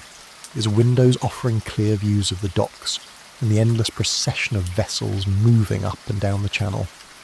In the ground floor offices, magistrates conducted their business, hearing cases, issuing warrants, directing investigations into the crimes that flourished along London's maritime frontier. The upper floors housed records, evidence rooms, and cramped quarters for officers on overnight duty. Colquhoun's office occupied a corner of the first floor, a space made smaller by the accumulated documentation of 12 years in service. Ledgers lined the walls, each spine labelled with a year and category of crime. Filing cabinets overflowed with reports, witness statements, sketches of suspects, samples of forged documents. A large map of the Thames hung behind his desk, marked with pins indicating locations of significant cases, red for murders, blue for major thefts, black for smuggling operations, yellow for unresolved matters that continued to demand attention. On the morning after the ghost ship's discovery, Colquhoun arrived before dawn and began the methodical work of organising his investigation. He spread the seized documents across his desk: the ship's log, the secret ledger, the crew member's journal, the letters and papers from the captain's cabin. He arranged them chronologically, looking for patterns, contradictions, gaps in the timeline that might reveal what had been hidden or what had gone catastrophically wrong. The ship's official log presented a picture of routine merchant activity. The vessel, still unnamed in any document they had found, had departed London on August 3, 1817, bound for Rotterdam with a cargo of wool and tin. The crossing had been unremarkable, accomplished in 4 days with favourable winds. In Rotterdam, the wool and tin had been unloaded, and the ship had taken on what the manifest described as general goods: cloth, metalware, glasswork, items typical of Dutch export trade. The return journey had begun August 20th, with an estimated arrival in London by month's end, but the ship had not arrived in August. According to the final log entry, it had been proceeding upriver on October the 19th, nearly 2 months after departing Rotterdam. Where had those missing weeks gone? The log offered no explanation. The entries simply stopped in late August and resumed briefly in October, with no acknowledgement of the gap. Someone had torn pages from the log. Colquhoun could see where the binding had been disturbed, where remnants of paper remained in the spine. Evidence had been deliberately removed. The secret ledger told a different story entirely. Its entries did not correspond to the official log's timeline. While the log showed the ship in Rotterdam, the ledger placed it off the West African coast. While the log documented legitimate cargo, the ledger recorded units acquired and units delivered with prices that made sense only in the context of human trafficking. The handwriting was different from the official log, smaller, more cramped, written by someone accustomed to keeping accounts that would never be officially examined. Colquhoun studied the ledger's final entries with particular attention. The last voyage documented began in June 1817, with the ship departing London for the Gold Coast. 40 units acquired Anomabo, July 15th, read one entry. Departure for Rio, July 22nd, 38 units aboard, 2 lost to injury during loading. The voyage across the Atlantic would have taken approximately 6 weeks, placing the ship's arrival in Brazil around early September. 38 units delivered Rio de Janeiro, September 8th, proceeds £1850. But then the entries became confused. A notation dated September the 15th read, "Cargo disposed, returning empty." This made sense. The ship would return to England without human cargo, ready to resume legitimate merchant activity or prepare for another slaving voyage.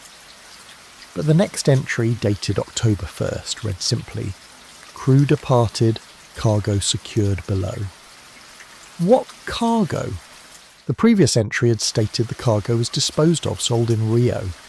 What had been secured below deck on October 1st? And why had the crew departed? The crew member's journal provided fragments of explanation, though the writer's perspective was limited and self-serving. The man, his name was never given, had clearly been aboard during the slaving voyage. His entries from July and August described the acquisition of captives in West Africa with disturbing casualness. Captain paid the local factor £40 per unit. good prices considering the quality, read one entry. Another noted, the units are secured below, the smell already considerable, but nothing compared to what it will be in 2 weeks. The Atlantic crossing had been difficult. The journal documented deaths. 2 units disposed of fever on July the 30th. 1 unit attempted escape, drowned, on August 5th. 4 units showing symptoms, captain ordered them separated on August 12th. By the time the ship reached Brazil, 38 of the original 40 captives had survived. A mortality rate lower than some slaving voyages, but still representing 2 human lives lost to disease and desperation. But the entries after Rio were where the journal became truly disturbing. On September the 10th, 2 days after the supposed sale of the cargo, the journal writer recorded, "Captain has received new orders, cargo to be retained aboard, we sail for Bermuda." On September 16th, crew growing uneasy, cargo should have been sold, why do we still carry them? On September the 23rd, mate confronted captain, captain shot him dead, body thrown overboard, crew subdued by fear. Colquhoun read this passage 3 times, trying to understand the sequence of events being described. The cargo, the human beings chained in the hold, had not been sold in Rio as the ledger claimed. They had been kept aboard. The ship had sailed not back to England but toward Bermuda. The mate had objected to this deviation from plan and been murdered for his objection. And the crew, terrorised by their captain's violence, had continued following orders. The final journal entry was dated September 28th. "We are being pursued. Captain says it is the Navy, but I saw no colours on the ship that follows. He has ordered all units destroyed, thrown overboard, weighted with chains. The men refuse. 3 of the crew are dead now. Captain has gone mad. Says we will all hang if the cargo's found. Tomorrow we reach Bermuda. Captain promises we can abandon ship there, take the boat to shore, disappear into the islands. God forgive what we have done." And there the journal ended. No further entries. No explanation for how the ship had ended up not in Bermuda, but drifting in the Thames. No account of what had happened to the 38 people who'd been chained below deck. The narrative simply stopped, leaving Colquhoun with more questions than answers. He turned his attention to the letters and to papers found in the captain's cabin. Most were routine business correspondence, orders for supplies, confirmations of cargo delivery, letters from the ship's owner discussing routes and schedules. But one letter stood out, dated July 1817, written on expensive paper with an elaborate seal.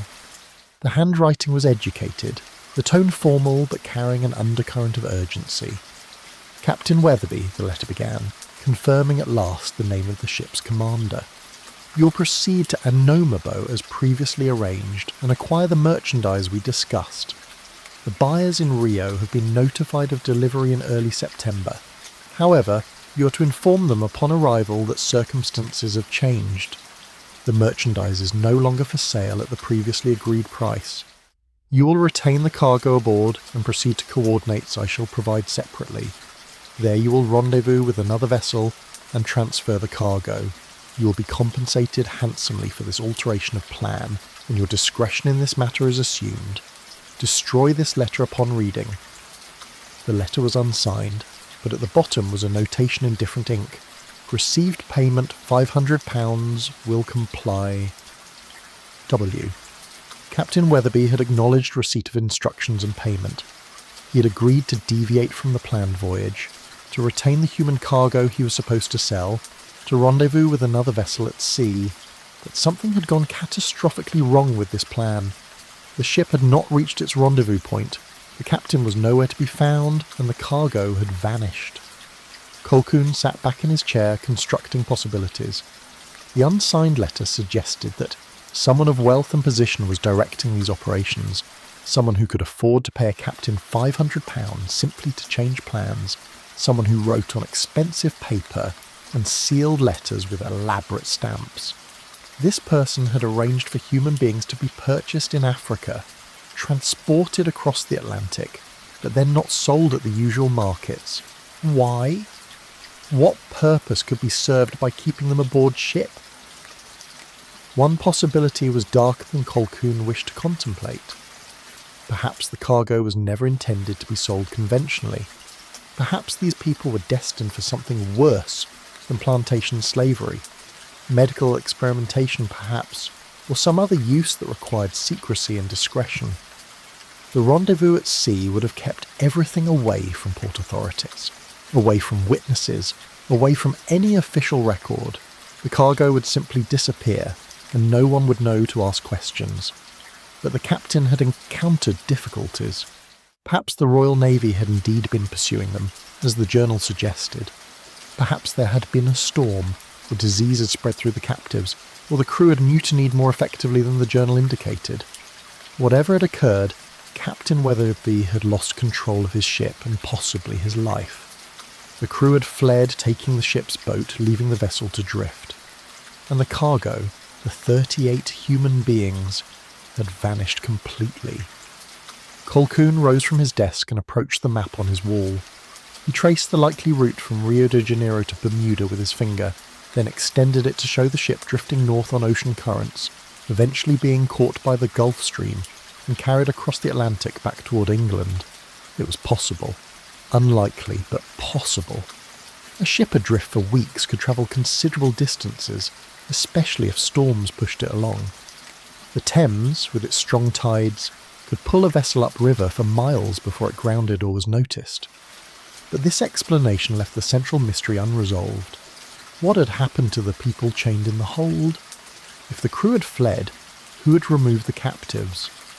The chains found in the hold still bore their manacles. They had not been broken or picked. Someone had unlocked them properly, using keys. Someone had freed the captives or transferred them elsewhere. But who? And when? And where were they now? A knock at the door interrupted his thoughts.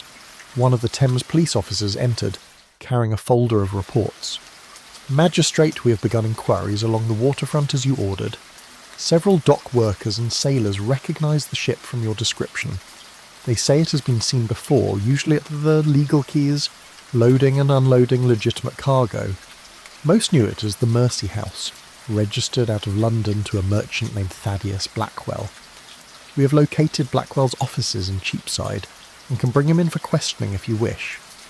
Colquhoun felt a surge of satisfaction, a name, an owner, a thread to pull. Yes, he said. Bring him in immediately and discreetly. I do not want him warned. If he attempts to flee, arrest him on suspicion of violation of the Abolition Act. If he cooperates, bring him here for voluntary questioning. Either way, I want him in this office by noon. The officer nodded and departed. Colquhoun returned to his desk and opened a fresh ledger. He began recording everything they knew so far, organising the information into categories: vessel identification, crew members, timeline of voyages, evidence of slave trading, theories about the disappearance. He worked methodically, knowing that when this investigation became public, and it would become public, his documentation would need to be thorough enough to withstand scrutiny from powerful men who would prefer these questions unasked. By mid-morning, other officers had returned with additional information. Records from the Port of London showed the Mercy House registered since 1814, owned by Blackwell Shipping Company. The vessel had made regular voyages to Rotterdam, Hamburg, and occasionally to Mediterranean ports.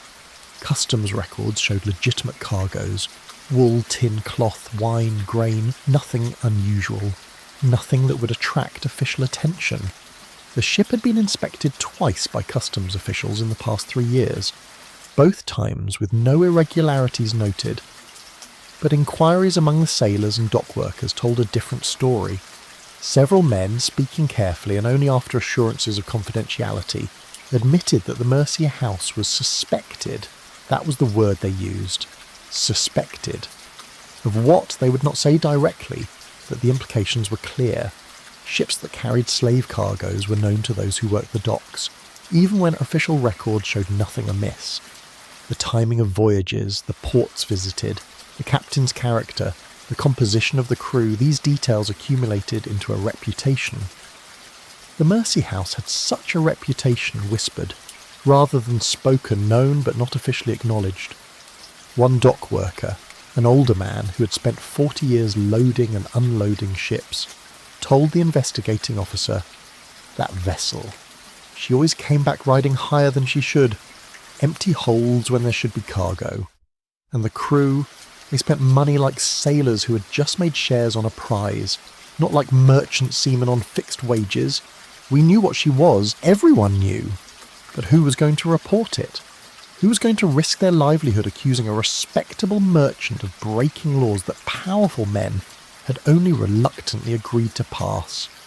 Colquhoun read this statement twice, the conspiracy of silence, the willingness to look away, the understanding that some crimes were too profitable, too protected, too dangerous to challenge. This was what he was fighting against, not just individual criminals, but an entire system of complicity that allowed such crimes to continue, years after they had supposedly been abolished. At noon precisely, Thaddeus Blackwell arrived at the Thames police office. He came not under arrest, but accompanied by his solicitor, a thin man with sharp features who made it clear immediately that his client was cooperating voluntarily and expected to be treated with appropriate respect. Blackwell himself was 56 years old, well dressed in the manner of successful merchants, his face bearing the confidence of someone accustomed to being deferred to in business dealings. Colquhoun received them in his office and gestured to chairs. Blackwell sat with the composed air of someone attending a routine meeting. His solicitor remained standing, positioning himself slightly behind his client's chair, like a chess piece protecting the king. Colquhoun did not waste time with pleasantries. "Mr. Blackwell, you own a vessel called the Mercy House, registered in your name since 1814. Is this correct?" "It is," Blackwell replied evenly. "A merchant brig, two-masted, used for general trade with continental ports. I own 3 such vessels. The Mercy House is the oldest, but still serviceable. When did you last see this vessel?" Blackwell glanced at his solicitor before answering. "Early August, I believe. It departed for Rotterdam with a cargo of wool and tin. Captain Weatherby commanded it, as he had for the previous 2 years. A reliable man, experienced in channel crossings." "And when did you expect its return?" "Late August or early September at the latest. The journey to Rotterdam and back typically requires no more than 3 weeks, allowing for loading and unloading." "But the ship did not return in August or September, did it?" Blackwell's expression flickered, the first sign of uncertainty. "No. By October I had become concerned. I made inquiries at Rotterdam, but port officials there confirmed the ship had departed on schedule. I assumed it had been delayed by weather or mechanical difficulties. Or perhaps Captain Weatherby had decided to pursue additional trade opportunities along the way. Ship captains have considerable discretion in such matters. Did it not trouble you that your vessel was 2 months overdue with no word from its captain?" "Of course it troubled me. But such delays are not unheard of in merchant trade. Ships are damaged in storms and must put in for repairs. Cargoes are lost or found unexpectedly. Captains make decisions that seem wise at sea, but appear questionable from the safety of London. I was troubled, yes, but not yet alarmed." Colquhoun opened the secret ledger and turned it to face Blackwell. "Is this your handwriting, Mr. Blackwell?" Blackwell leaned forward to examine the ledger, and for the first time his composure cracked visibly. His face paled. His eyes moved quickly over the entries. When he looked up, his expression had transformed from confident to carefully neutral. "No, that is not my handwriting. I have never seen this ledger before. It was found in Boerd, the captain's cabin aboard your ship. It documents what appears to be a systematic slave-trading operation spanning 3 years involving your vessel. Can you explain this?" The solicitor stepped forward immediately. "My client cannot be held responsible for illegal activities conducted without his knowledge by a ship's captain. If Captain Weatherby was engaged in slave trading, he did so without authorization from the vessel's owner."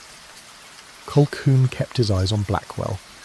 "A ship does not outfit itself for slave trading, Mr. Blackwell.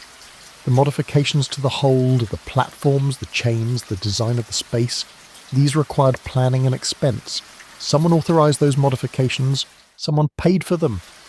"I authorized no such modifications," Blackwell said, his voice tight. "When I purchased the Mercy House in 1814, it was a standard merchant brig." If alterations were made subsequently, they were done without my knowledge or approval. Then you will not object to my examining your financial records, receipts for work done on the vessel, payments to shipwrights or metalworkers?"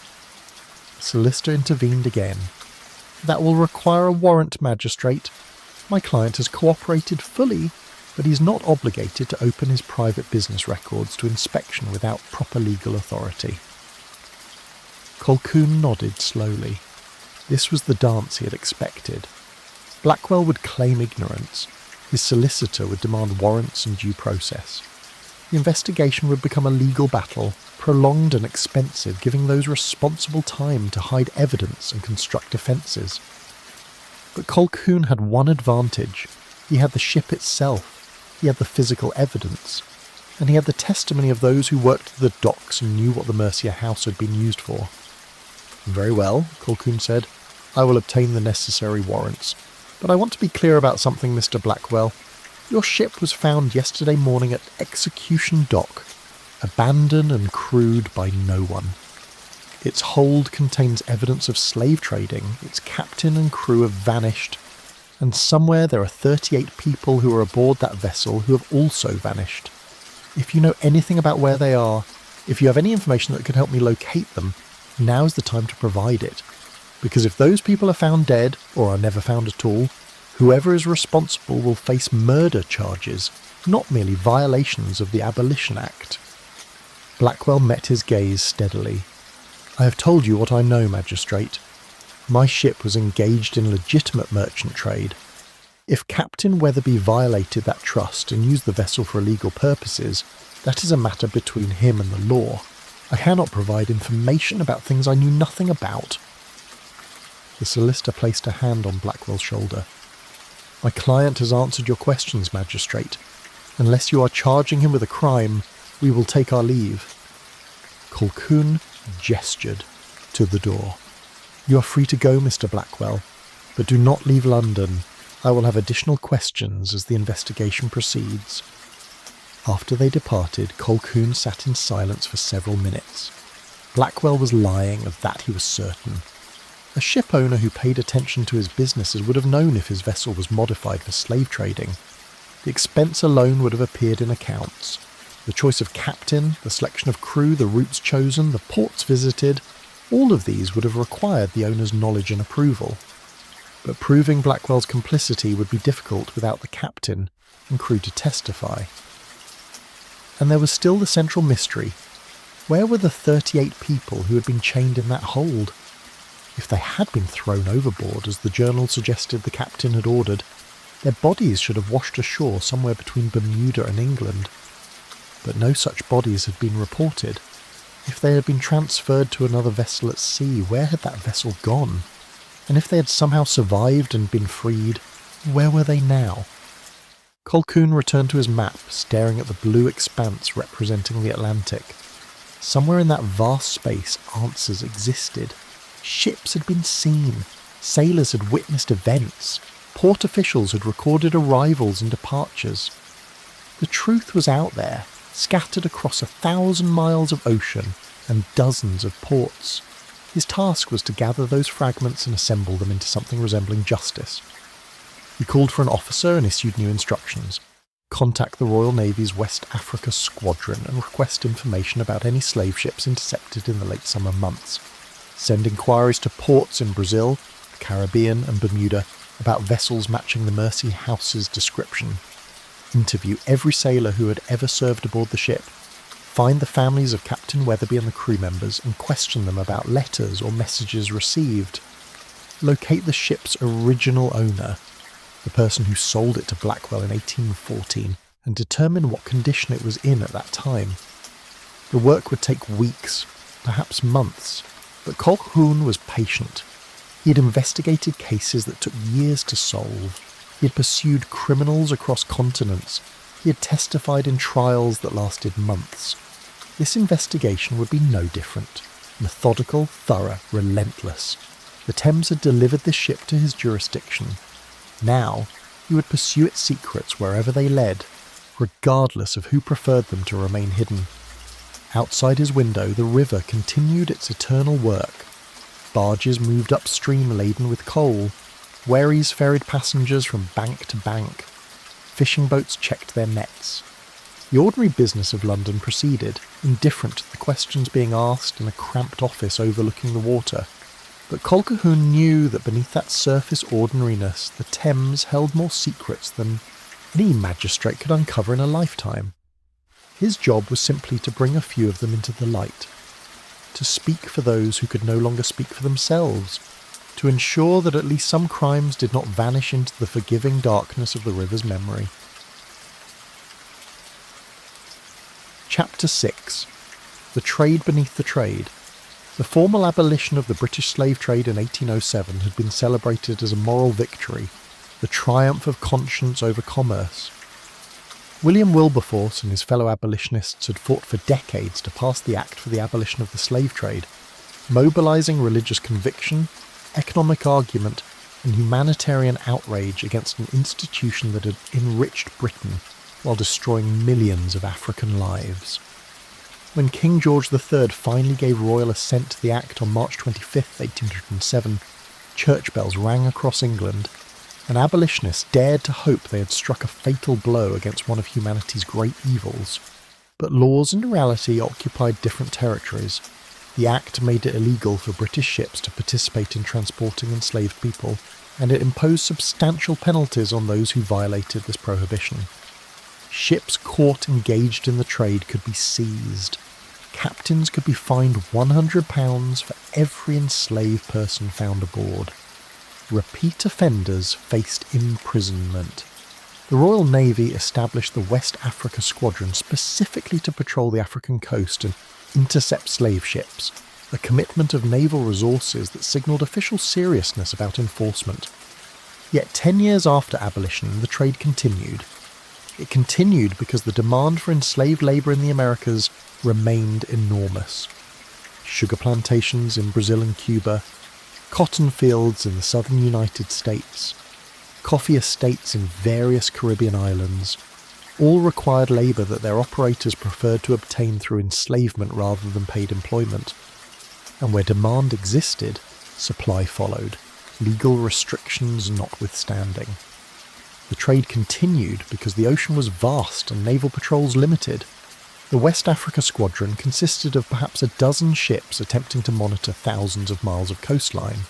Slave traders learned to avoid the patrolled areas, to sail during seasons when the Navy was occupied elsewhere, to use signals and intelligence networks that warned them of naval movements. The odds of interception remained relatively low for cautious operators. The trade continued because the profits were staggering. A healthy young man purchased on the African coast for approximately £40 could be sold in Brazil for £200 or more. A ship that successfully transported 100 people could generate profits of £15,000 on a single voyage, enough to make the risk of capture worthwhile. Even accounting for losses to disease, rebellion and naval interception, the economics of slave trading remained attractive to pull men whose moral calculations valued profit over human life. And the trade continued because it adapted. British ships could no longer openly engage in the business, but ships sailing under Portuguese, Spanish or American flags faced less scrutiny. British merchants who wished to continue profiting from the trade found ways to do so indirectly, by selling ships to foreign owners, by providing insurance and financial services, by operating through intermediaries who insulated them from legal liability. The trade went underground, became more secretive, developed new methods and routes, but it did not end. Colquhoun understood all of this from previous investigations. He had encountered smugglers who dealt in human cargo, had questioned sailors who admitted serving aboard slaving vessels, had read reports from naval officers who described the horrors they witnessed when intercepting such ships. But the Mersey House case represented something more troubling than ordinary post-abolition slave trading. The evidence suggested not just violation of the law, but a conspiracy that involved wealthy London merchants that operated with apparent impunity that had continued for years without detection. The investigation into Blackwell's financial records, authorised by warrant 3 days after their initial interview, revealed a complex web of transactions that hinted at illegal activity while providing no definitive proof. Blackwell Shipping Company maintained accounts at several London banks. Money moved regularly between these accounts in amounts that seemed large for a modest merchant operation. Payments were made to individuals whose connection to legitimate shipping was unclear. Receipts existed for work done on the Mersey House, but they described general maintenance and cargo hold modifications without specifying what those modifications entailed. More interesting were payments to a firm called Continental Maritime Services, based in Amsterdam. These payments, £500 in 1815, £600 in 1816, £700 in 1817, seemed excessive for any routine shipping service. When Colquhoun sent inquiries to Dutch authorities about Continental Maritime Services, the response was illuminating. The firm existed on paper only, with an address that turned out to be a solicitor's office that provided mail forwarding for numerous business entities.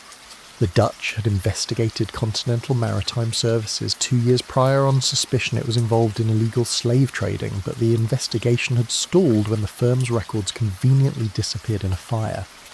The pattern repeated itself in other directions.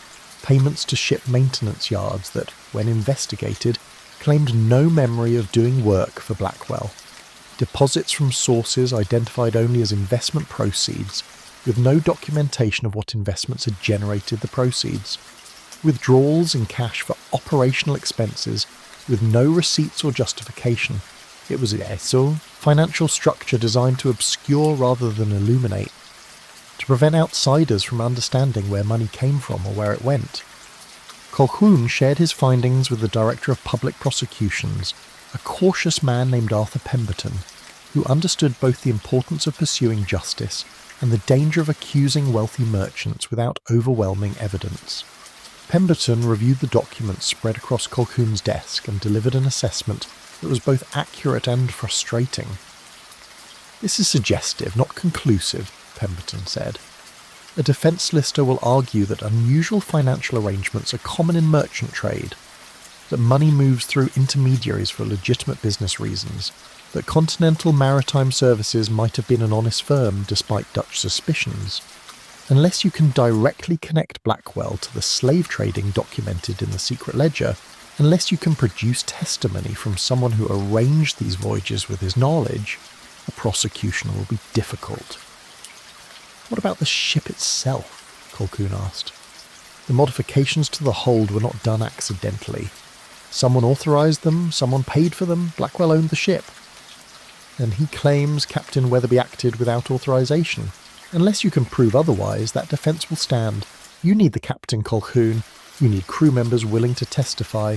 You need documentation that shows Blackwell ordering these voyages, approving these modifications, knowingly participating in illegal trade. Without such evidence, you have a suspicious pattern, but not a prosecutable case." Colquhoun understood the calculation being made. Blackwell was a man of property, a member of London's merchant class, someone with connections and resources to defend himself. Prosecuting him would be expensive and difficult, and if the prosecution failed, if a jury acquitted him, it would send a message that slave trading could continue without serious consequence. Better to wait, to build an overwhelming case than to rush forward and risk failure. But while the legal process ground forward at its deliberate pace, Colquhoun pursued other avenues of investigation. He began interviewing men who had worked the slave trade in the decades before abolition, seeking to understand how the business had operated, where its vulnerabilities lay, who its major participants had been. These interviews required patience. Men who had profited from the trade were reluctant to discuss it openly, even years after the fact. They feared prosecution, social condemnation, or simply preferred not to confront the moral weight of what they had done. But some would talk, especially older men near the end of their lives, men who saw in Colquhoun's investigation a chance for something like confession or redemption. One such man was Samuel Hartwick, 78 years old, who had captained slave ships in the 1780s and 1790s before retiring wealthier and reclusive to a house in Rotherhithe. Hartwick agreed to meet with Colquhoun only after being assured he would not face prosecution for activities that had occurred decades earlier. They met in Hartwick's sitting room, a space dominated by maritime charts and ship models that testified to his long career at sea. The old man walked with difficulty, his joints stiffened by years of rheumatism and the lingering effects of tropical fevers contracted on the African coast. His face bore the weathering of decades under sun and salt wind, but his eyes remained sharp and his memory proved remarkably detailed when discussing the mechanics of the trade he had once practiced. "You wish to understand how it worked," Hartwick had said, settling into his chair with visible relief. "Not the morality. I suspect you have firm opinions there already. But the practical aspects, how ships were equipped, how voyages were organised, how the business operated." "Yes," Colquhoun confirmed. "I am investigating a ship that appears to have been engaged in slave trading years after abolition. I need to understand how such operations functioned in order to identify who was responsible." Hartwick nodded slowly. "Then I will tell you what I know, though the knowledge brings me no pride. The trade as I practiced it was legal at the time, but legal and right are not the same thing. I am old now, magistrate, and I have had many years to consider what I did in my youth. When I meet my maker, which will be soon, I expect, I will have much to answer for." He described the process methodically, speaking in the calm tones of someone recounting technical procedures rather than moral atrocities.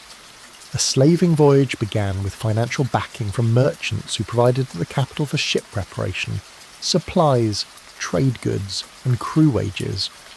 The ship would be outfitted with chains, manacles, and the modifications to the hold that allowed for human cargo, the platforms, the ventilation systems, the reinforced hatches. The voyage to Africa typically took 6 to 8 weeks, following trade winds south along the coast of West Africa. Once there, the captain would negotiate with local traders and African leaders who controlled access to captives. These negotiations could take weeks or months, depending on the availability of people to purchase and the captain's willingness to wait for a full cargo.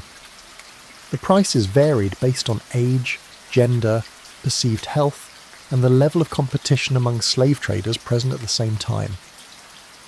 Once the cargo was acquired, the Middle Passage began, the crossing from Africa to the Americas that could take anywhere from 4 to 10 weeks depending on weather and destination. This was when the greatest mortality occurred.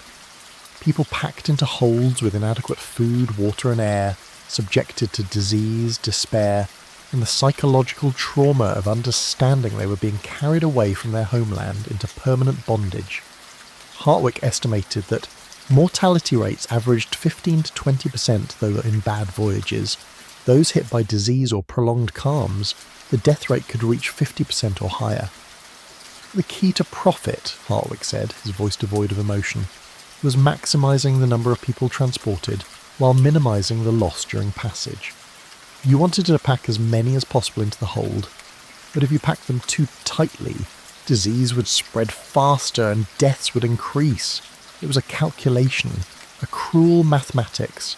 How many deaths was your greed willing to tolerate in pursuit of maximum profit? Colquhoun listened without interrupting, forcing himself to absorb these details despite the revulsion they inspired. He needed to understand the trade from the inside, needed to think like those who practiced it, in order to anticipate their methods and identify their vulnerabilities. Hartwick continued, describing the sale process in the Americas, the cleaning and preparation of captives to make them more presentable to buyers, the auctions or private sales that distributed people to plantations and mines and households across the New World. "But you are interested in illegal trade after abolition," Hartwick said. "That is different in important ways. When the trade was legal, we operated openly. We registered our ships, declared our cargoes, paid the appropriate duties. After abolition, all of that had to change. Ships needed false papers showing innocent cargo. Captains needed to be willing to risk prosecution and social condemnation. The financial arrangements had to be hidden, conducted through intermediaries who could not easily be traced back to the true investors." "Did you remain involved in the trade after 1807? Colquhoun asked. Hartwick shook his head. "No, I was already retired by then, but I heard things. Men I had sailed with, younger captains who still needed income. They adapted, some shifted to Portuguese or Spanish flags. Others became more creative, using British ships but claiming they were engaged in legitimate trade if questioned. The modifications to the hold could be explained as storage for other goods. The chains could be claimed as ballast. Without catching the ship with actual human cargo aboard, proving it was a slaver was difficult. And the investors? The merchants who financed these voyages? How did they insulate themselves from prosecution? By maintaining distance. They would never directly own the ships or hire the captains. Everything would be done through layers of intermediaries. A firm in Amsterdam or Lisbon would officially own the vessel. That firm would be connected to a London merchant through financial arrangements that were legal on their face.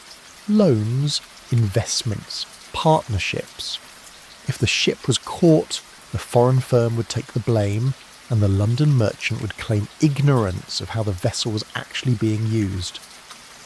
This matched what Colquhoun had discovered in Blackwell's financial records, the Continental Maritime Services payments, the offshore arrangements, the carefully structured financial transactions that provided plausible deniability.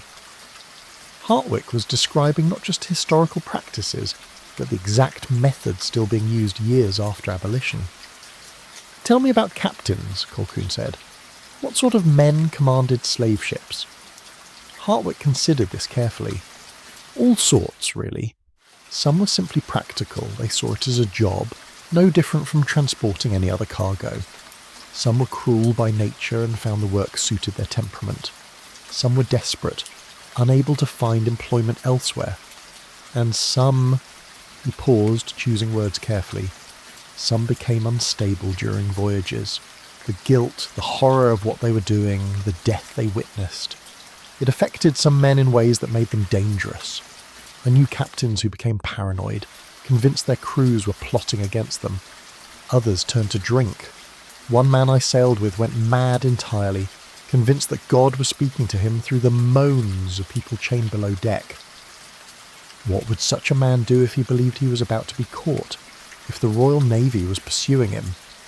Anything, Hartwick said flatly. Throw the evidence overboard, kill the cargo to eliminate witnesses, murder his own crew if he thought they might testify against him. A captain who has already accepted the evil of slave trading is not likely to balk at additional crimes if he believes they will save him from prosecution. Colquhoun thought of the journal entry he had read. Captain Weatherby ordering the cargo destroyed, the mate objecting and being shot, the crew terrorised into obedience. It fit the pattern Hartwick was describing, a captain descending into violence when faced with the prospect of capture, willing to kill dozens of people to protect himself from legal consequence. One more question, Colquhoun said. If someone wanted to revive the slave trade now, 10 years after abolition, how would they do it? What would the operation look like? Hartwick leaned back in his chair, his eyes distant. They would need ships that appeared legitimate. British registry, legitimate cargo on paper, respectable owners. They would need captains willing to take substantial risks for substantial rewards. They would need contacts in Africa who could still supply captives, and buyers in the Americas willing to purchase them despite the legal risks. They would need financial arrangements complex enough to hide the money trail. And they would need protection. Political influence to prevent investigations, legal resources to defend against prosecution, connections powerful enough to make authorities hesitant to pursue the case too aggressively. In other words, they would need to be wealthy, well-connected, and protected by others with similar interests. Precisely. The slave trade was never just about individual criminals, Magistrate. It was a system supported by social and economic structures that benefited from its continuation. Abolition changed the law, but it did not change the underlying economics or the willingness of certain men to profit from human suffering. As long as demand exists, as long as profit can be made, the trade will continue in some form. You may catch individual operators, but the system that enables them will remain. Colquhoun left Hartwick's house as evening settled over London. the old man's words following him into the darkening streets. The investigation was revealing not just a crime, but an entire infrastructure of complicity. Merchants who financed illegal voyages, captains who commanded them, crews who worked them, officials who looked away, societies that consumed the products of enslaved labour, while preferring not to examine too closely how those products were produced. The Mersey House was one ship, Captain Weatherby one man, Blackwell one merchant. But behind them stood generations of similar ships, similar men, similar merchants, all connected through systems of trade and finance and social relationship that had persisted for centuries. Abolition had declared these practices illegal, but it had not eliminated the structures that made them possible. Those structures remained in place, waiting to be used by anyone willing to risk the legal consequences in pursuit of extraordinary profit. And somewhere, in the Atlantic, in the Caribbean, in ports whose officials preferred not to ask difficult questions, the trade continued. Ships still made the Middle Passage. People were still chained in holds and carried across oceans. The Mersey House had been one vessel among many. The 38 people who had vanished from its hold were 38 among thousands who disappeared into a system designed to erase their identities, their histories, their very existence as human beings with names and families and rights to freedom. Col Cahoon walked along the Thames as darkness completed its conquest of the day. The river moved past, carrying its traffic, indifferent as always. He thought about those 38 people, tried to imagine their final moments, wondered if any of them had survived and where they might be now. The investigation would continue. Warrants would be served. Questions would be asked. Some answers would be found. But Hartwick was right. Catching individual criminals did not dismantle the system that produced them. That would require something more than law enforcement. It would require a fundamental transformation of the economic and social structures that had made slave trading profitable. Such transformations occurred rarely and slowly, if they occurred at all. But that was a problem for politicians and reformers. Colquhoun was a magistrate. His job was narrower but no less important. To pursue this specific case. To find these specific people or determine their fate. To bring these specific criminals to justice.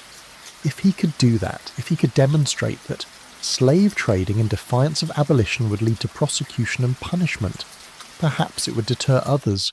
Perhaps it would make the trade slightly more difficult, slightly more dangerous, slightly less profitable. Small victories, but victories nonetheless. He returned to his office and lit the lamps. The evidence lay spread across his desk, documents, testimony, physical artifacts from the ship. Somewhere in this accumulation of information was the thread that would lead him to Captain Weatherby, to the missing crew, to understanding what had happened to the 38 people whose presence haunted the silent hold of the Mersey House. He would find that thread. He would pull it until the truth unravelled, and he would do it, knowing that even success in this case would represent only the smallest of corrections to a vast injustice that continued across oceans he could not patrol, and in places he had no authority to investigate. But he would do it anyway, because some crimes demanded pursuit regardless of the odds of success, because silence and inaction were their own forms of complicity, because the dead and disappeared deserved at least the acknowledgement that their suffering mattered, that someone had noticed their absence, that their lives, however brief and however cruelly ended, had left marks on the world that could not be entirely erased.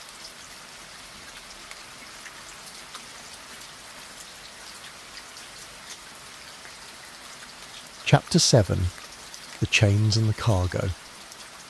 The physical evidence from the Mersey House had been transported to a secure room at Thames Police Headquarters, where Col Cahoon could examine it without disturbance. The chains were arranged on long tables, sorted by size and type. The platforms from the hold had been dismantled and brought ashore, still bearing their dark stains. The small personal items, the shoe, the beads, the wooden cross, the pouch of seeds, were catalogued and preserved in glass cases like museum specimens, artefacts of lives whose full stories could no longer be recovered. Colquhoun spent hours in this room, studying each piece of evidence as if it might suddenly reveal the answers he sought. He measured the chains, weighed them, traced the maker's marks that some bore. He examined the manacles through his magnifying lens, noting where the metal had been worn smooth by friction against human skin, where rust had formed in patterns that suggested long exposure to salt air and bodily fluids. Each chain was a document, each stain a testimony, each small object a fragment of identity that someone had carried into captivity. He brought in a metalworker named James Morton, who had worked for 40 years in ship fitting and could identify the origin and purpose of various chains and fittings. Morton examined the restraints with professional detachment, turning them over in his scarred hands, testing their strength, studying their construction. His assessment was precise and damning. "These are slave chains," Morton said without hesitation.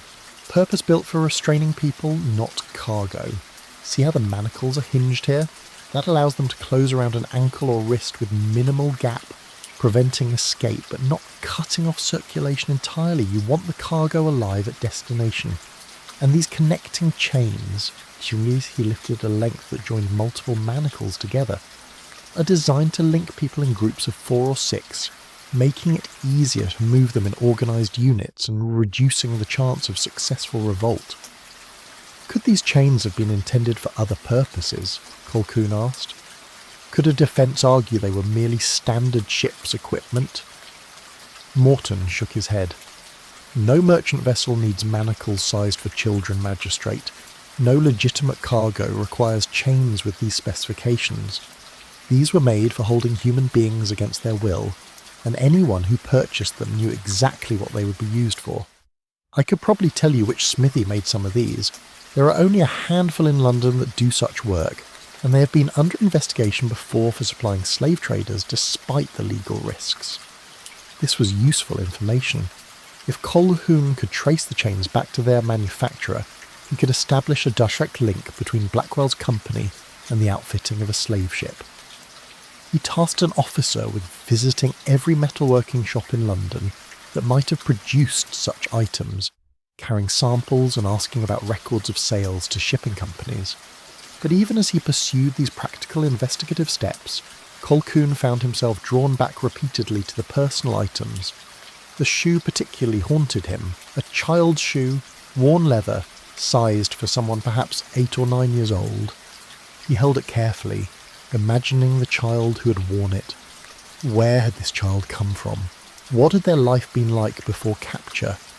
What had they thought as the ship carried them across the ocean, away from family and homeland into an unknown fate? The seeds in the small pouch presented their own mystery. A botanist from the Royal Society examined them and identified them as originating from West Africa, specifically seeds from the baobab tree and several medicinal plants common to the Sahel region. "These plants are used in traditional African medicine," the botanist explained. "The baobab seeds are sometimes carried as protective talismans.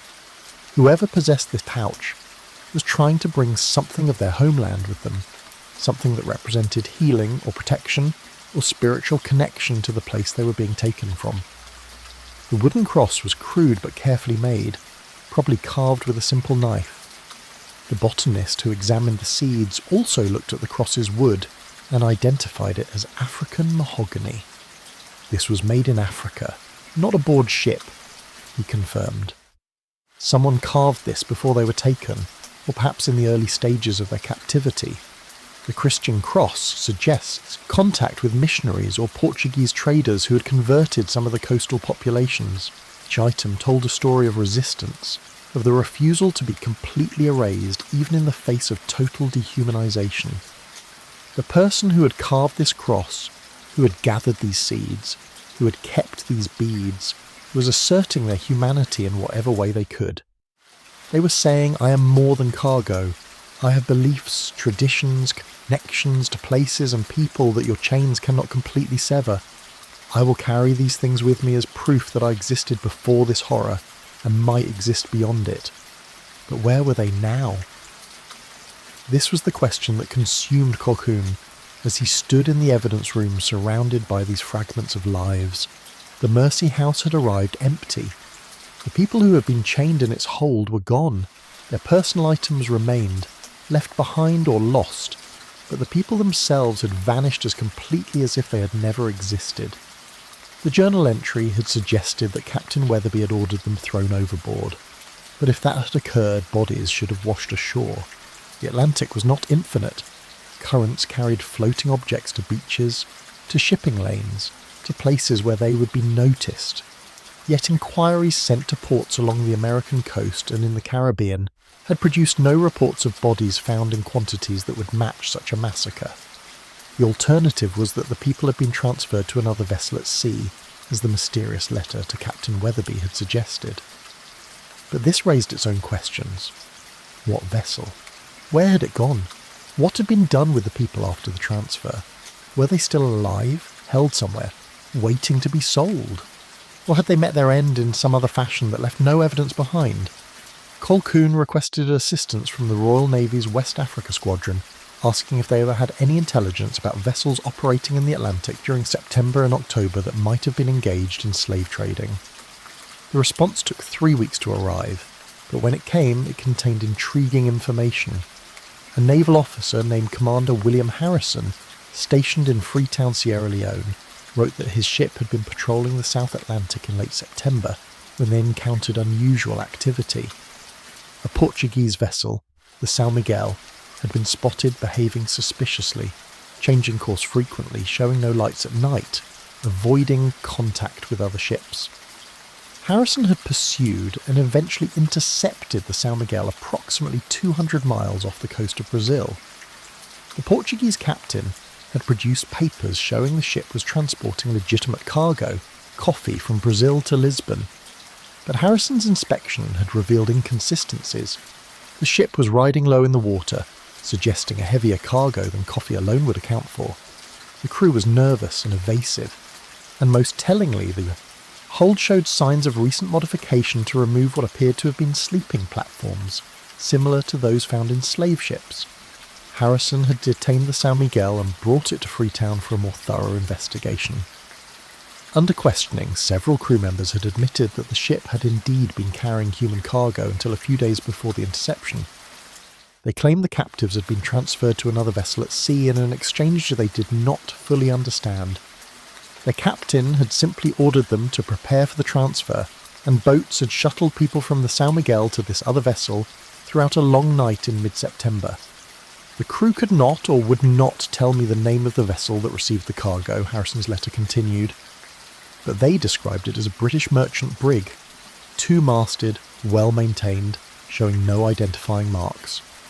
The transfer occurred approximately 60 miles northeast of Bermuda. After the cargo was removed, the São Miguel's captain ordered the platforms dismantled and the evidence concealed, then proceeded to Brazil to load legitimate cargo as cover for why the ship was in those waters. Colquhoun read this account 3 times, his excitement growing with each reading. A British brig receiving human cargo at sea near Bermuda in mid-September. This matched both the time frame and the location suggested by the journal found aboard the Mersey house. Captain Weatherby had not thrown his cargo overboard. He had transferred them to another vessel, the São Miguel. But then why had the Mersey house subsequently been abandoned? What had occurred after the transfer that led to the ship's crew fleeing and the vessel drifting across the Atlantic to arrive empty in London? He wrote immediately to Commander Harrison, requesting more detailed information about the São Miguel's captain and crew, asking if any of them might be willing to testify about the transfer in exchange for leniency. He also asked Harrison to make inquiries in Brazilian ports about whether the São Miguel had eventually sold human cargo there, despite the story about legitimate coffee transport. While waiting for Harrison's response, Colquhoun pursued another line of investigation. If the Mersey House's crew had fled the ship near Bermuda, they might have actually reached land. He sent inquiries to the colonial governor in Bermuda, requesting information about any British sailors who had arrived in small boats during late September or early October, any unusual activity reported in the islands during that period, any crimes or disturbances that might have involved desperate men with resources to spend. This inquiry produced results faster than expected. The governor's office replied that in early October, a group of English sailors, approximately 10 men had indeed arrived in Hamilton, Bermuda's capital, in a ship's boat that was nearly falling apart from hard rowing. The men had claimed to be survivors of a merchant vessel that had sunk during a storm.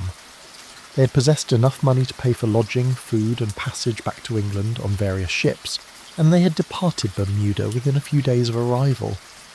The Bermuda harbour master had recorded the names of some of these men from the documents they presented when booking passage. Most were common English names that were difficult to trace: John Williams, Thomas Brown, Robert Johnson, but one name stood out: Marcus Pemberton, listed as a ship's mate. Colquhoun recognised this as the rank of the man whom the journal had described being shot by Captain Weatherby. Either the journal was wrong about the mate's death, or Marcus Pemberton was someone else, another mate, or someone using a dead man's identity. Colquhoun tasked his officers with locating Marcus Pemberton in London. If the man had returned to England, if he could be found and convinced to testify, he could provide direct evidence about what had occurred aboard the Mersey House. He could identify the captain, describe the slave trading operations, explain the transfer to the São Miguel, and perhaps reveal what had happened to Captain Weatherby after the crew fled. The search for Pemberton took 2 weeks but eventually succeeded. He was found living in Shadwell, working as a dock labourer under his own name, apparently confident that no one was looking for him. When Thames police officers arrived at his lodging house to bring him in for questioning, Pemberton initially attempted to flee but was quickly subdued. He was brought to Colquhoun's office in handcuffs, his face showing the mixture of fear and resignation common to men who know their crimes have finally caught up with them. Colquhoun dismissed the officers and faced Pemberton across his desk. The man was perhaps 35 years old, weathered by years at sea, his hands scarred by rope work and manual labour. His eyes moved constantly, assessing the room, looking for exits or advantages. Colquhoun let him sit in silence for a full minute before speaking. "Mr. Pab told me, sir, Mr. Pemberton, you served as mate aboard the Mersey House under Captain Weatherby. The ship has been found and its cargo hold examined. I know what the vessel was used for. I know about the voyage to Africa and the transfer at sea to the São Miguel. What I do not know is what happened to the 38 people who were aboard when you fled. And I do not know where Captain Weatherby is now. You're going to tell me these things?" Pemberton stared at the desk. "I want immunity," he said, his voice rough. "I will tell you everything, but I will not hang for doing what I was ordered to do. I was crew, not captain. I followed orders." "You will tell me everything first," Colquhoun replied calmly. "Then I will determine what charges you face and what consideration you might receive for cooperation. But understand this clearly. If those 38 people are dead, and you participated in their deaths, there will be no immunity. You will face prosecution for murder. Your only hope of avoiding the gallows is if they are alive and you can help me find them." Pemberton looked up then, and Colquhoun saw something unexpected in his face. Not just fear, but relief. As if the man had been waiting for someone to finally ask these questions, as if carrying this knowledge alone had become unbearable. "They are alive," Pemberton said. "Well, they were when we left them, I swear it. We transferred them to the São Miguel as ordered. Every one of them.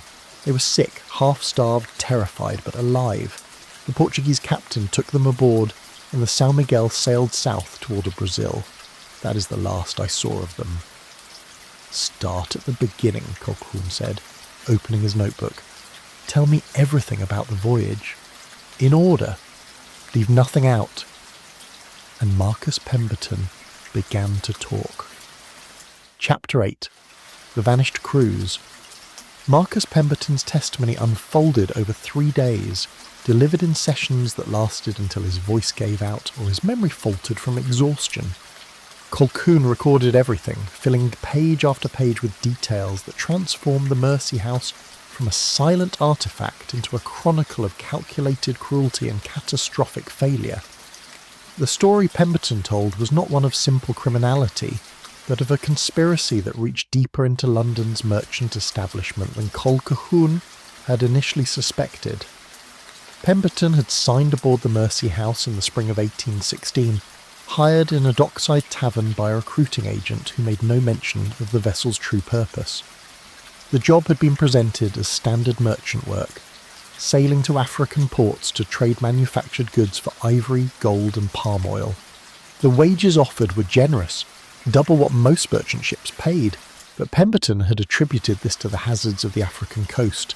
Disease, hostile ports, the difficulty of the work in tropical heat. The truth had revealed itself gradually. When Pemberton arrived at the ship to begin his duties, he found the hold already modified with the platforms and chains. The captain, Weatherby, had been direct when Pemberton questioned these arrangements. "We carry special cargo," Weatherby had said. "If that troubles your conscience, leave now and find other employment. But if you can do the work, you will be paid well and asked no questions about how you spend your earnings." Pemberton had stayed. He claimed now that he had been desperate for money, that his family depended on his wages, that he had convinced himself the trade was not truly his responsibility. He was merely following orders, no different from any sailor who did as his captain commanded. Colquhoun did not interrupt these justifications, but he noted them carefully. They were the rationales of a man trying to diminish his own culpability, the familiar arguments of those who participated in evil, while insisting they bore no personal guilt. The first voyage had departed London in June 1816, ostensibly bound for Rotterdam, but actually heading south along the African coast.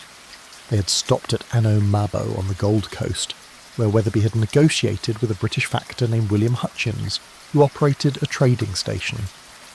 Hutchins had 40 captives ready for sale, men, women and children who had been purchased from interior traders and held in barracoons awaiting ships to transport them across the Atlantic. Pemberton described the process of loading the human cargo with the dispassionate tone of someone recounting any routine shipping operation. The captives were brought to the ship in small boats, chained together in groups of 4 or 5. They were inspected by Weatherby and the ship's surgeon, checked for obvious illness, for scars that might indicate attempts at escape, for the physical strength that would make them valuable to plantation owners. Those who passed inspection were purchased at prices ranging from £30 to £50, depending on age and condition. They were terrified, Pemberton said quietly. Most had never seen a ship before, never seen white men before. They fought at first, had to be dragged aboard and forced below deck. Some screamed, some went silent, like they had already died inside. The women with children tried to protect them, threw themselves over them when we tried to separate them. We did not always separate them. Mothers with infants were kept together, because dead infants meant the mothers would not eat or would try to kill themselves. Colquhoun wrote this down without comment, though the words settled in his chest like stones. He had read about such scenes, had heard testimony from naval officers who had witnessed them, but hearing the details from someone who had participated carried a different weight. This was not abstract knowledge. This was confession. The middle passage from Africa to Brazil had taken 7 weeks. Pemberton described conditions in the hold that matched what Colquhoun had already inferred from the physical evidence. People chained in spaces barely large enough to lie flat, fed once daily with a minimal ration of rice or yams, given water that was often brackish and insufficient, forced to relieve themselves in buckets that were emptied only once a day. Disease had spread quickly in these conditions. Dysentery, fever, respiratory infections that turned lungs into drowning organs. 5 people had died during that first crossing. "We threw the bodies overboard at night," Pemberton said. "Did not want the others to see, though of course they knew. You could hear the splash, hear the others crying or praying in their languages. Captain Weatherby said it was necessary, said they were losses, but acceptable ones. He kept a ledger tracking the numbers. How many alive, how many dead, calculating the profit margin. He said 15% mortality was good for a first voyage. Better captains kept it under 10%. In Brazil, the cargo had been sold to plantation owners near Rio de Janeiro. The 35 surviving captives had brought prices ranging from £150 to £220 each, generating a profit of more than £4,000 after expenses. Weatherby had distributed shares to the crew as promised. Each man received more money than they would have earned in 6 months of legitimate merchant work. Pemberton had sent most of his share home to his wife in London, keeping only enough for his own expenses during the return voyage. The Mersey House had made 3 more such voyages between 1816 and 1817, each following a similar pattern. Africa to Brazil, human cargo sold, the ship returning to England with legitimate goods or empty holds. The crew had changed somewhat between voyages.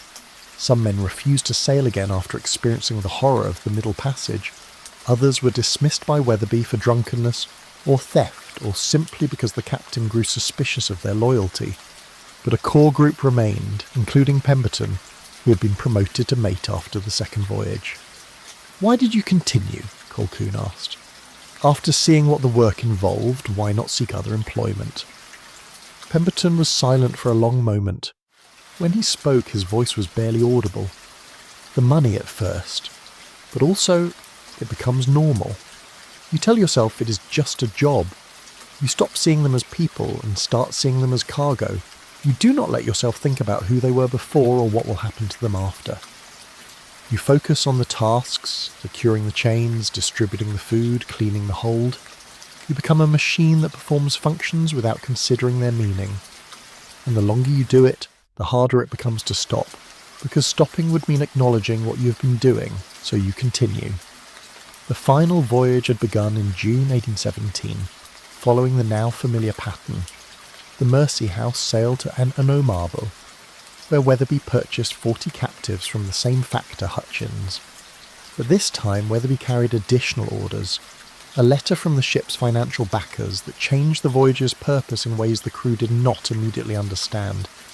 Pemberton had not seen the letter's contents, but Weatherby had explained the new plan to his officers. Instead of sailing directly to Brazil, they would proceed to a designated location in the mid-Atlantic, approximately 60 miles northeast of Bermuda. There they would rendezvous with another vessel, the São Miguel, and transfer the cargo. The Portuguese ship would then transport the captives to Brazil for sale, while the Mersey House would return to England empty, ready to resume legitimate merchant operations. "Why the change?" Colquhoun asked. "Why not complete the sale directly as before?" "Captain said the investors wanted to reduce risk," Pemberton replied. "The Royal Navy's patrols had increased. Several slave ships had been intercepted and their captains prosecuted. By using a Portuguese vessel for the final leg, the backers protected themselves.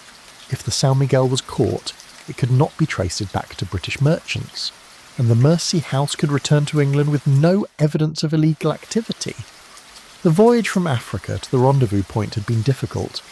The weather had been poor, with storms that battered the ship and worsened conditions in the hold. Disease spread rapidly through the chained captives. By the time they reached the designated coordinates, only 38 of the original 40 remained alive. The others had succumbed to fever and been consigned to the Atlantic. The São Miguel had been waiting at the rendezvous point as arranged. The transfer had taken most of a night, with boats shuttling between the two vessels. Pemberton described watching as people were moved from the Mersey House's hold to the boats, then rowed to the Portuguese ship and loaded aboard. Some had to be carried, too weak to walk. Others resisted, perhaps recognising that this transfer meant they were being carried even further from any hope of return. The Portuguese crew had handled them efficiently, with the practised brutality of men accustomed to such work. And then something went wrong, Pemberton said, his voice dropping. After the transfer was complete, after all 38 were aboard the São Miguel, the Portuguese captain signalled that he wanted to speak with Captain Weatherby. They met aboard the São Miguel and Weatherby took me with him as witness. The Portuguese captain, his name was Silva, said there was a problem. The payment he had been promised for transporting the cargo had not arrived. The banking arrangement that was supposed to transfer funds to his account had failed. He refused to proceed to Brazil without payment. Weatherby had tried to negotiate, had offered promissory notes and guarantees that the money would be forthcoming.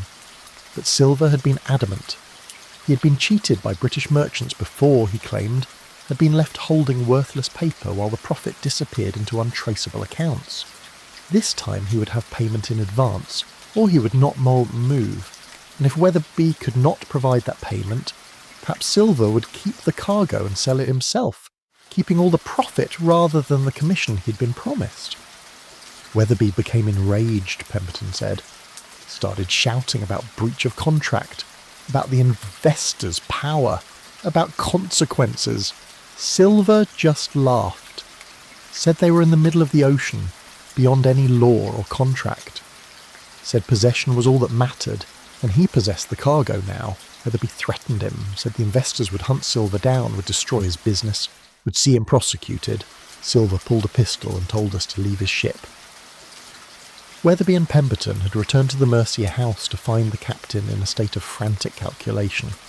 The cargo was gone, transferred to Silver, but Weatherby had already been paid by the investors for completing the voyage, that £500 found in the strongbox. If he returned to London without completing the delivery, he would have to return that payment and face the investors' wrath. But he had no way to force Silver to proceed with the original plan. He had been outmanoeuvred, caught in a situation where all his options led to ruin. He decided we would pursue the São Miguel, Pemberton said. Track them. Watch where they went. Report back to the investors. Maybe there would be a way to recover the situation, to arrange payment and complete the transfer. But as we followed them south, Weatherby became different, paranoid. He started drinking heavily, stopped sleeping. He became convinced that Silver had planned this from the beginning, that the investors had conspired against him, that even his own crew was plotting to take the ship. 3 days after the failed rendezvous, Weatherby had shot the ship's carpenter during an argument over nothing, a perceived insult, a tone of voice the captain interpreted as insubordinate. The man had died instantly, and Weatherby had ordered his body thrown overboard with no ceremony. The crew had been terrified, but also pragmatic. They outnumbered the captain. If they united, they could overpower him. But they feared that whoever moved first would be shot, and no one wanted to be that martyr. The situation had deteriorated further. Weatherby began seeing threats everywhere, accused various crew members of conspiracy, threatened to shoot anyone who approached him without permission. He locked himself in his cabin with his pistols and the ship's strongbox, emerging only to give orders or make wild accusations. The crew began discussing mutiny openly, but they were divided about what to do with Weatherby if they succeeded in overpowering him.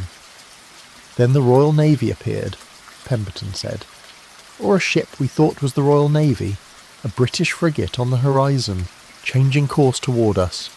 Weatherby came on deck raving, saying we were all going to hang, saying the Navy must have been informed by someone aboard. He started shooting at the crew, hit 2 men before we rushed him. We got the pistols away, but he fought like a madman. In the struggle, he went over the rail. Colquhoun leaned forward. Captain Weatherby drowned? We think so.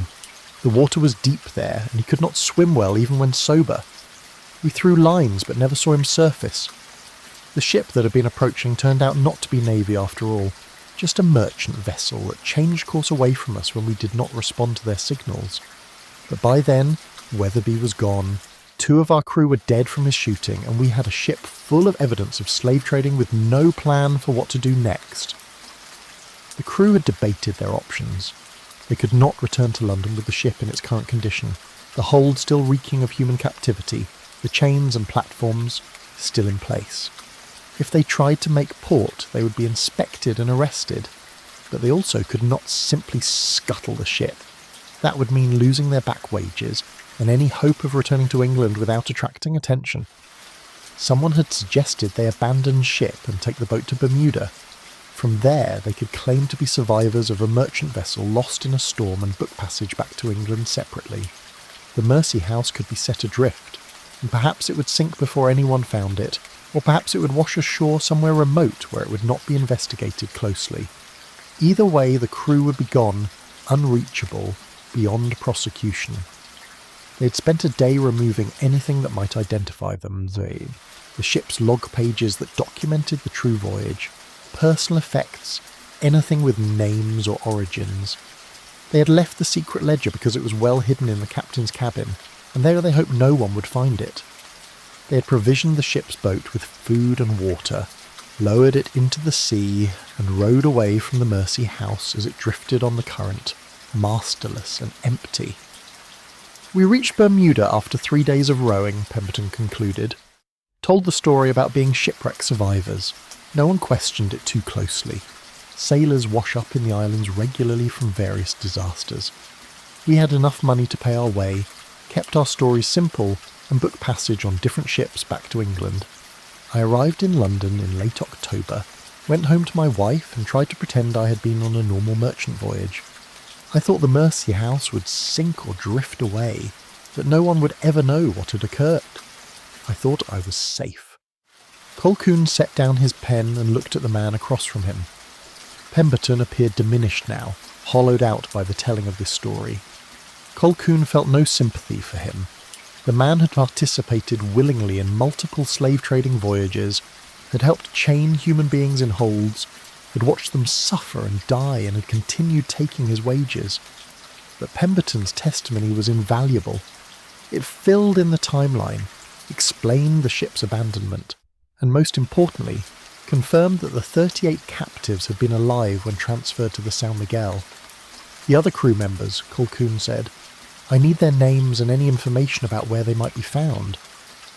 Pemberton provided what he knew. Most of the men had scattered after returning to London, seeking employment on other ships or disappearing into the anonymity of the city's maritime districts. But Pemberton had maintained contact with a few, had met them occasionally in little taverns, had shared the unspoken bond of men who carried the same guilty secrets. He gave Colquhoun 6 names and last known locations. And the investors, Colquhoun pressed. The men who financed these voyages and paid Weatherby. Who were they? This was where Pemberton's knowledge ended. He had never met the investors, had never been told their identities. Everything had been arranged through Weatherby, who received his orders by letter and never disclosed the sources of his funding. The crew had speculated, of course. Wealthy merchants in the city, perhaps members of Parliament, men with interests in plantations abroad who benefited from the continuation of the slave trade despite its illegality. But speculation was not evidence. Captain Weatherby must have known, Pemberton said. Corresponded with them regularly, received payments and instructions, but he kept those letters private, destroyed them after reading as they instructed. The only one we found was in his cabin after he died, probably overlooked in his paranoia. He was terrified of them, said they had power to destroy anyone who failed them or betrayed their confidence. Colquhoun already knew who one of the investors was, Thaddeus Blackwell, who owned the ship and whose financial records showed the payments to Continental Maritime Services. But there were likely others, partners who shared the risk and profit. Finding them would require tracing financial transactions through multiple banks and offshore companies, work that could take months and might ultimately be blocked by banking secrecy laws. But first, Colquhoun needed to locate the São Miguel and determine what had happened to its cargo. Commander Harrison's letter had indicated the ship was being held at Freetown pending investigation. If the Portuguese crew could be convinced to testify, if Captain Silver could be prosecuted, perhaps some justice could be extracted from this catastrophe. And perhaps, though Colquhoun barely allowed himself to hope, the 38 people might still be alive, held somewhere recoverable. He dismissed Pemberton after extracting a written statement that the man signed with a shaking hand. The mate was placed in custody pending determination of charges. Colquhoun knew he would eventually have to decide whether to prosecute Pemberton or offer him immunity in exchange for testimony against the investors. The decision would depend on whether more evidence could be found, whether other witnesses would cooperate, whether the full scope of the conspiracy could be proven. Over the following weeks, Colquhoun's officers located 4 more members of the Mersey House's crew. Their testimonies corroborated Pemberton's account in all important details. Yes, they had participated in slave-trading voyages. Yes, Captain Weatherby had gone mad and been lost overboard. Yes, they had abandoned ship and fled to Bermuda. No, they did not know who the investors were beyond suspicions about wealthy merchants. Each man claimed to have been following orders, to have been desperate for money, to regret his participation, but to have felt powerless to refuse. Colquhoun listened to these justifications with growing contempt. These were not innocent men led astray. They were willing participants in a brutal trade, motivated by greed and enabled by a society that had made slave trading profitable for so long that men still sought ways to continue it despite the law. Their regret now, facing prosecution, meant nothing. They had had choices at every step and had chosen money over morality. But he needed their testimony. Justice for the investors who had organised these voyages was more important than justice for the individual crew members who had merely carried out orders. So he made bargains, offered reduced sentences in exchange for cooperation, built a case brick by brick from the testimony of men who had participated in the crimes they were now helping to prosecute. The key remained Captain Silver and the São Miguel. If that ship had successfully transported its human cargo to Brazil, if the people had been sold into slavery there, then recovering them would be nearly impossible. Brazil had not abolished slavery, and its authorities had little interest in cooperating with British attempts to interfere with what they considered internal Brazilian affairs. The captives would disappear into the vast plantation system, their identities erased, their origins forgotten, their connection to the Mercy House severed completely. But if Silver had been caught with the cargo still aboard, if Commander Harrison's investigation had led to the captives' liberation, then perhaps there was hope. Colquhoun wrote urgently to Harrison, requesting detailed information about what had been found aboard the São Miguel, what had happened to any captives discovered, whether they had been freed at Freetown or returned to Africa or held somewhere awaiting repatriation. The response, when it finally came, brought both relief and frustration. Yes, the São Miguel had been carrying human cargo when intercepted, 38 people matching exactly the number transferred from the Mercy House. They had been in terrible condition, sick and half-starved, but alive. Harrison had brought them to Freetown, where they had been released into the care of the colonial authorities and the Church Missionary Society, which operated facilities for liberated Africans. But their ultimate fate was uncertain. Some had died shortly after release, their bodies too weakened by the ordeal to recover. Others had been settled in Freetown, where communities of freed slaves tried to build lives in an unfamiliar place that was African but not their home. A few had requested repatriation to their original regions, but such requests were difficult to fulfill. The interior of Africa was dangerous, the routes uncertain, and many liberated Africans had no safe place to return to, their home villages destroyed or hostile to those who had been enslaved. Harrison included a list of names, or rather, the names that had been recorded when the captives were registered at Freetown. Many were probably incorrect, transcribed by the English speakers from languages they did not understand, or simply assigned because the individuals were too traumatized or ill to provide their own names. But the list existed, a roster of 38 people who had been cargo aboard the Mercy House and the São Miguel and who were now in some form free. Colquhoun read the names slowly. Kwame, Ama, Kofi, Akosua. These were some of the same names he had found scratched into the beam in the Mercy House's hold. These people had survived. They had endured capture, the Middle Passage, transfer between ships, imprisonment aboard the São Miguel, and had emerged into an uncertain freedom in a place that was neither their home nor their intended destination. They existed. They had names. They were not merely abstract victims, but individuals who had somehow survived what should have killed them. The child, whose shoe remained in the evidence room, was listed as Abena, female, approximately 9 years. She had survived and was living in a mission orphanage in Freetown. The person who had carried the seeds was probably Kwasi male, approximately 35, described as having traditional scarification marks and some knowledge of herbal medicine.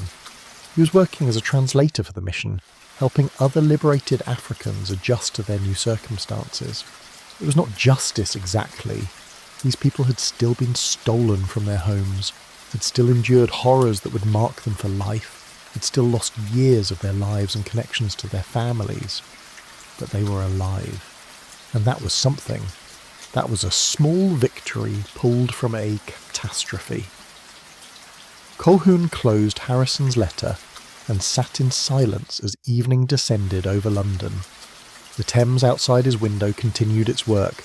carrying ships and commerce and the endless traffic of a city that had grown wealthy partly through the trade that had brutalised these 38 people.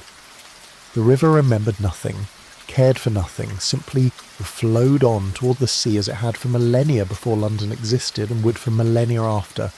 But Colquhoun remembered, and he would ensure that others remembered too.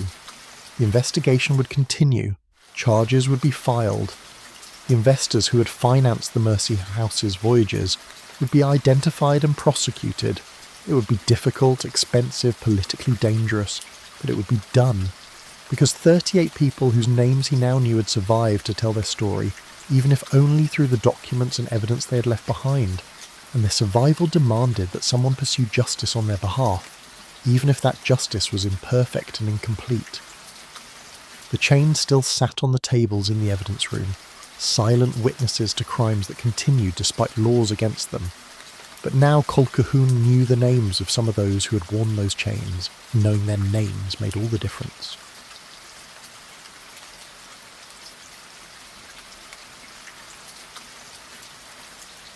Chapter 9.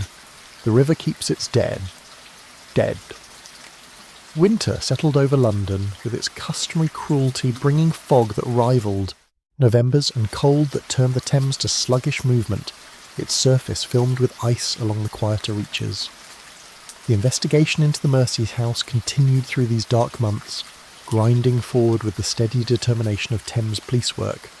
Interviews conducted, warrants served, financial records subpoenaed, witnesses located and their testimonies recorded in Colquhoun's expanding collection of documentation.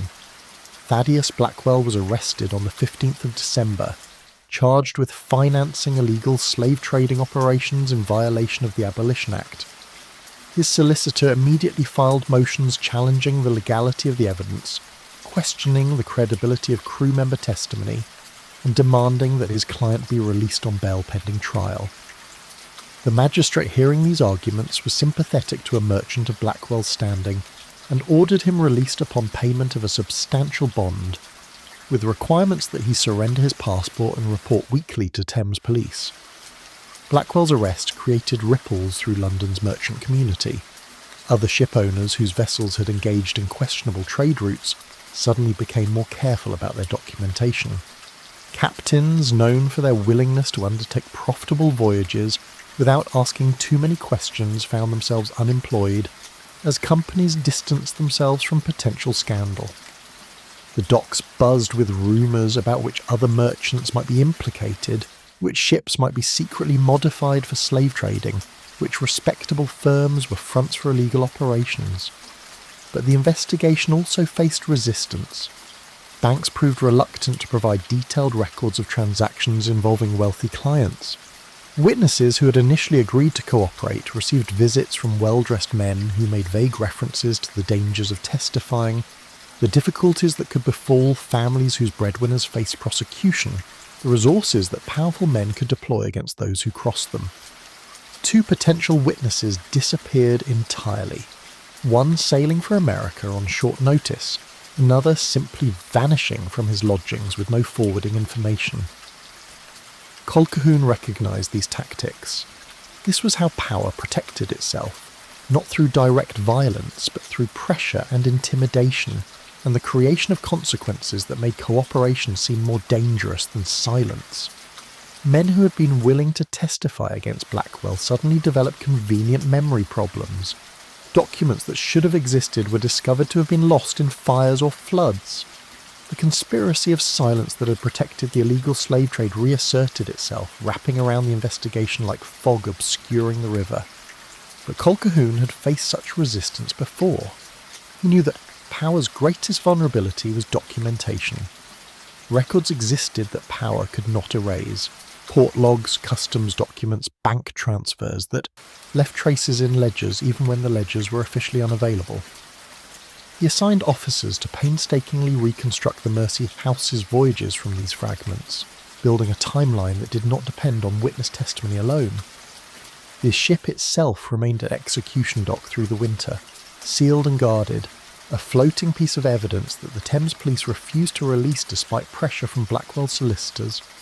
Colquhoun visited it regularly, sometimes alone in the early mornings before the waterfront stirred to life. He would board the silent vessel and stand on the deck, imagining the events that had unfolded here, the decisions that had been made, the people who had suffered in the hold below. The river around the ship showed him other bodies during those winter months. The Thames was London's graveyard as well as its highway, and cold weather always brought death floating to the surface. Suicides jumped from bridges and were carried downstream to wash against the pilings at Wapping. Murder victims waited with stones sometimes worked free of their anchors as the bodies decomposed. Children fell through ice on the river's quieter reaches and were found days later, preserved by the cold water. Workers slipped from gangplanks, drunk and drowned in water too frigid to allow swimming. The Thames police pulled these bodies from the river as part of their regular duties. Most were identified eventually, claimed by families, buried in paupers' graves if no family came forward. But some remained unknown, men and women whose identities had been as thoroughly erased as those of the people carried in the Mercy House's hold. The river accepted them all equally, held them until they surfaced or decayed beyond recognition, then released them to whatever burial society or authority was willing to take responsibility. Colquhoun thought about these bodies as he stood aboard the Mercy House. He thought about the 2 people who had died during the voyage from Africa, thrown overboard at night with no ceremony. He thought about Captain Weatherby, gone over the rail in the struggle with his crew, drowning in the Atlantic with the weight of his crimes pulling him down. He thought about the 38 who had survived, scattered now across Sierra Leone, trying to build lives from the ruins of what had been stolen from them. The river kept its dead, but it also kept its secrets. How many ships like the Mercia House had moved up and down this channel over the centuries? How many holds had been modified to carry human cargo? How many captains had accepted payment to transport people who had no choice in their destinations? The trade had been legal for so long, centuries of British ships carrying millions of Africans to the Americas, building fortunes for Liverpool merchants and Bristol traders and London banks. The capital that had built half of England's great estates had come at least partly from the slave trade. The sugar that sweetened, English tea, the cotton that clothed English bodies, the tobacco that filled English pipes. All of it, much of it, had been produced by enslaved labour, transported by the ships that had sailed these same waters where Colquhoun now stood. Abolition had been a moral correction, but not a historical erasure.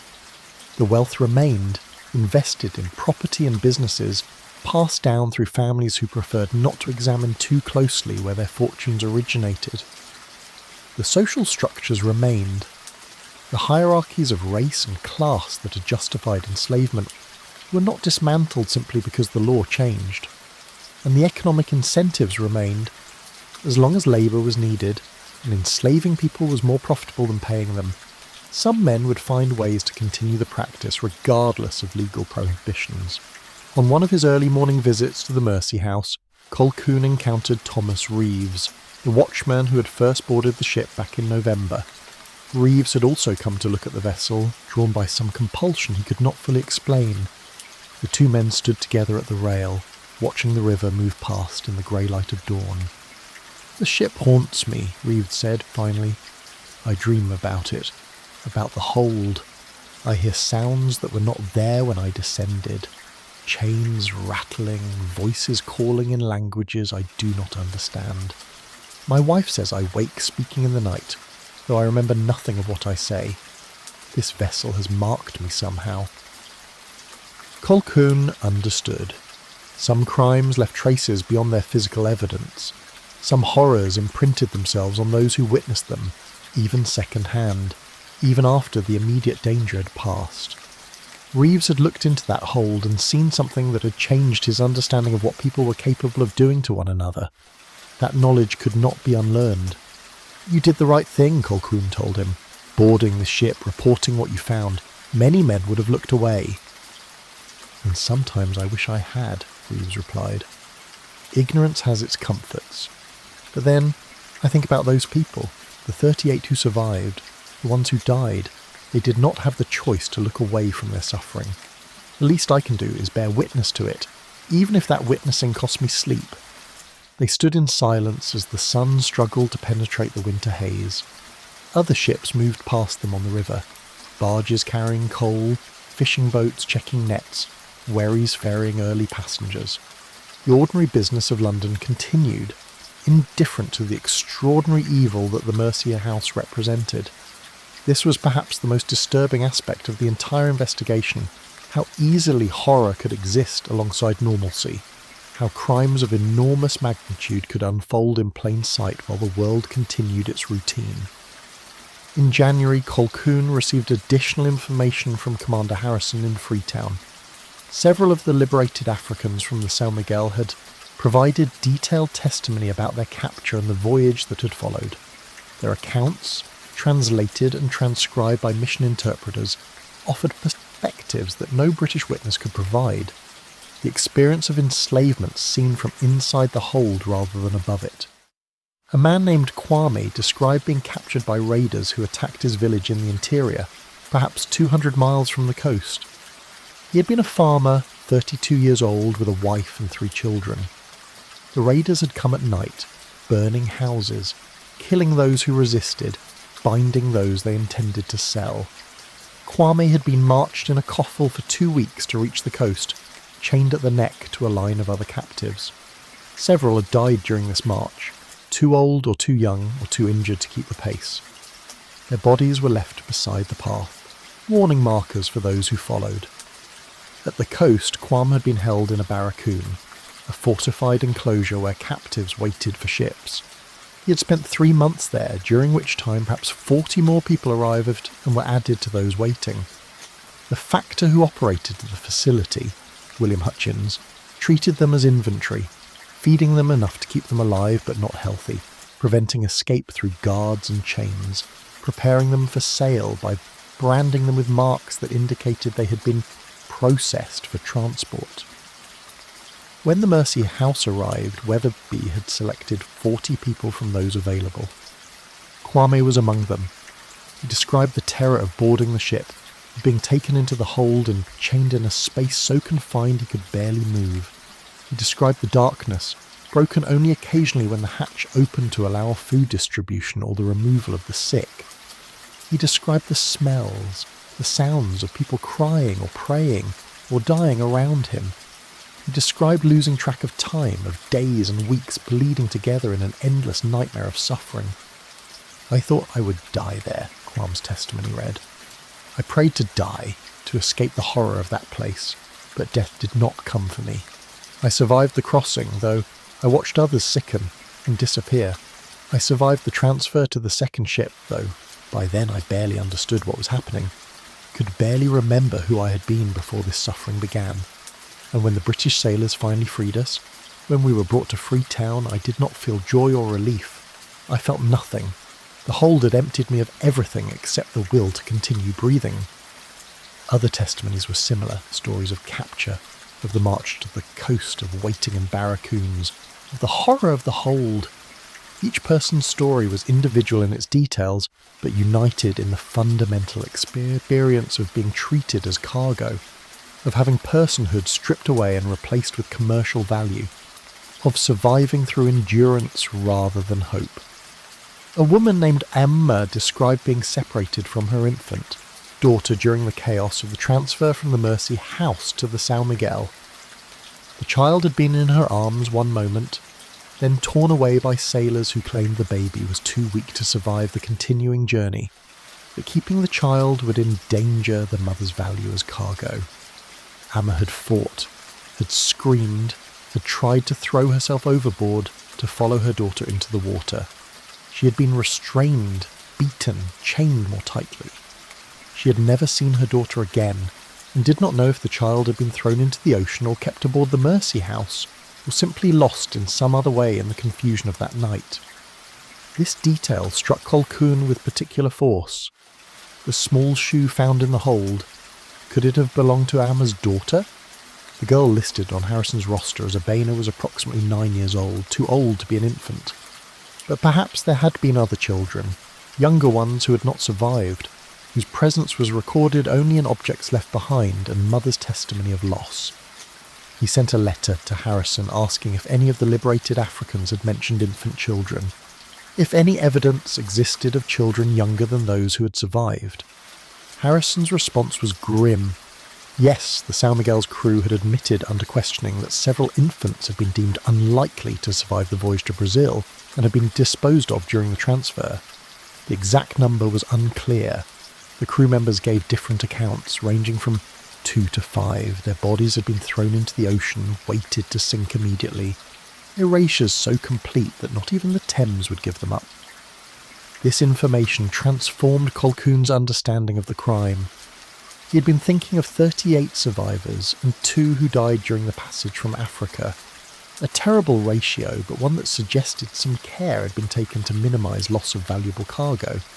But the truth was darker. Perhaps 45 or more people had been aboard the Mercy House when it met the São Miguel. The infants had been murdered not through neglect but through calculated decision. They were liabilities, costs without value, easier to eliminate than to feed and care for during the continuing voyage. He added this information to the charges being prepared against Blackwell and any other investors who could be identified. This was not merely illegal slave trading. This was murder. Multiple murders. The deliberate killing of children deemed unprofitable. If these charges could be proven, if juries could be convinced, the perpetrators would face the gallows rather than fines or imprisonment.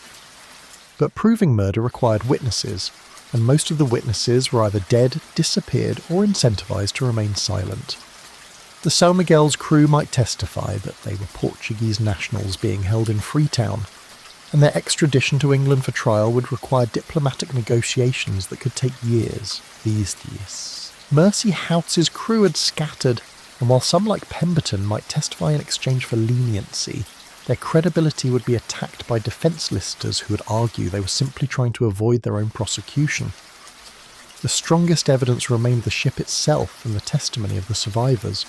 Colquhoun wrote to Harrison requesting that several of the liberated Africans be brought to London to testify at trial. This was an unusual request.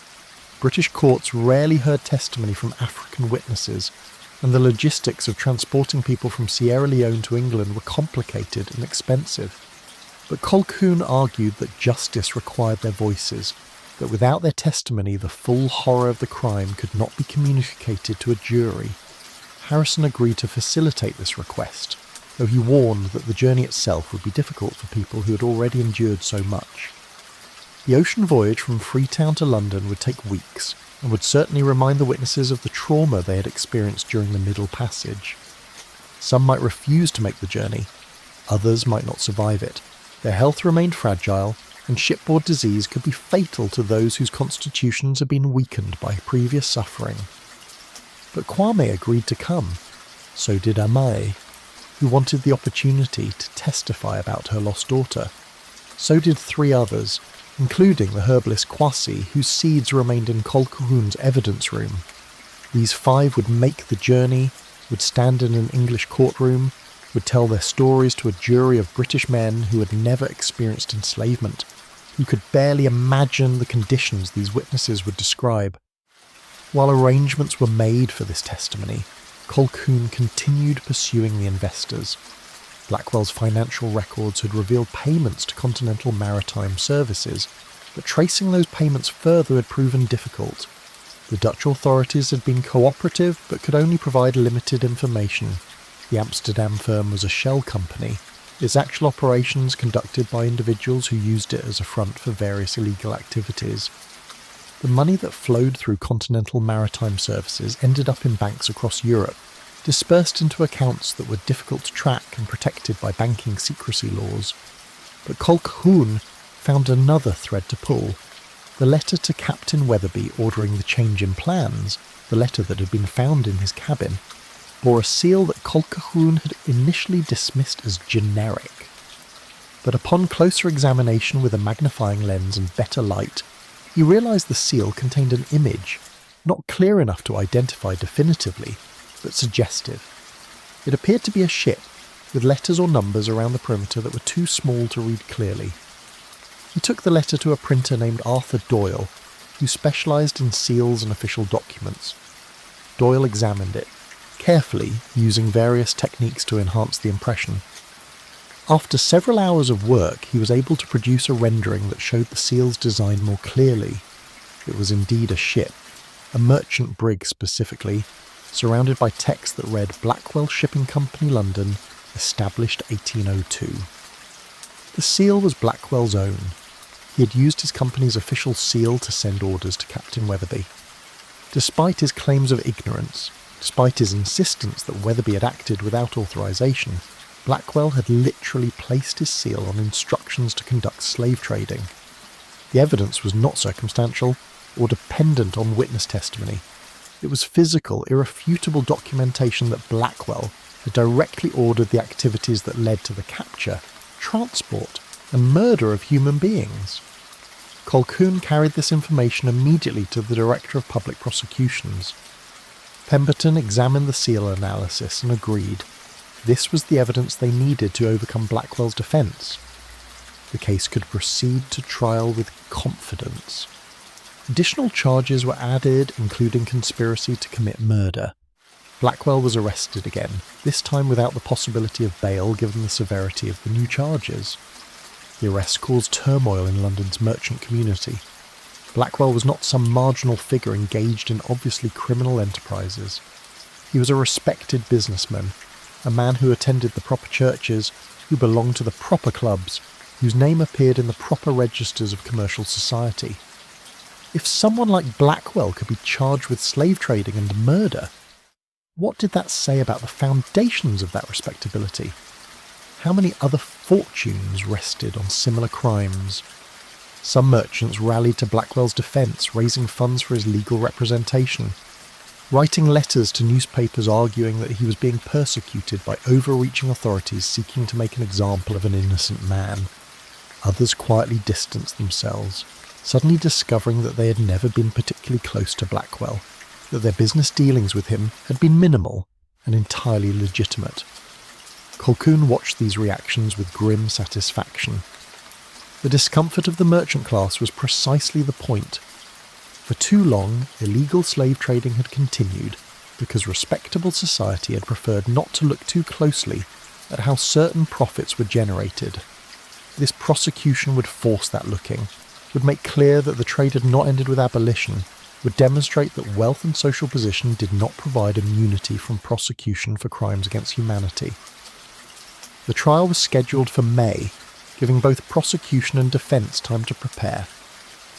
Colquhoun continued his investigation, seeking additional evidence, locating more witnesses, building a case so comprehensive that no jury could ignore it.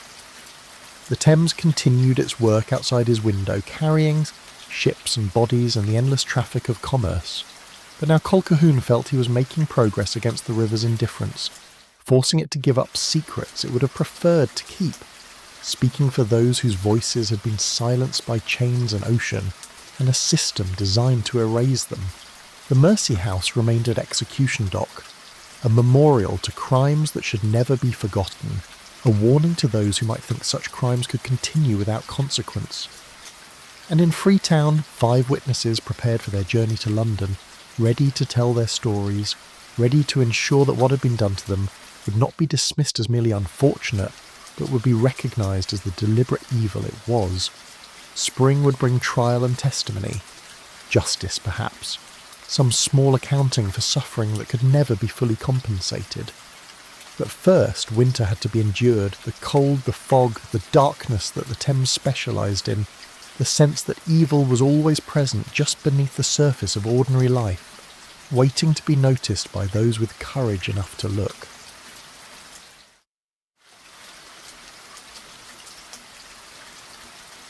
Chapter 10.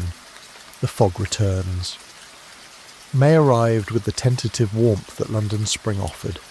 Not trustworthy yet, still capable of reversing into cold rain, but carrying at least the promise of summer beyond.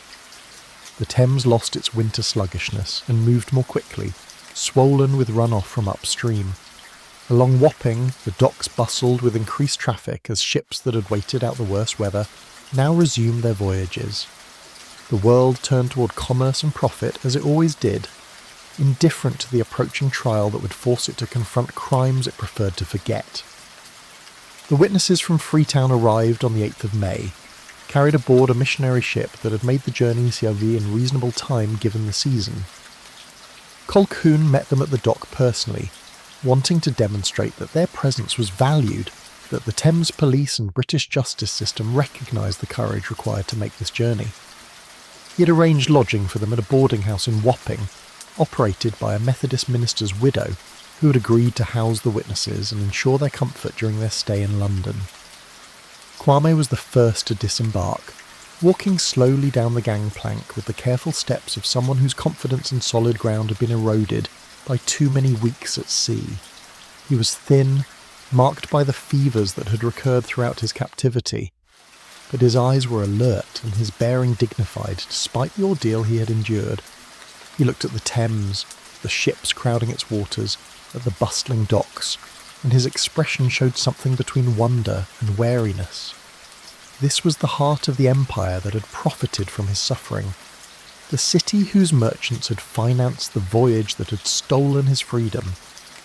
Amma followed, assisted by one of the missionaries who had accompanied the group.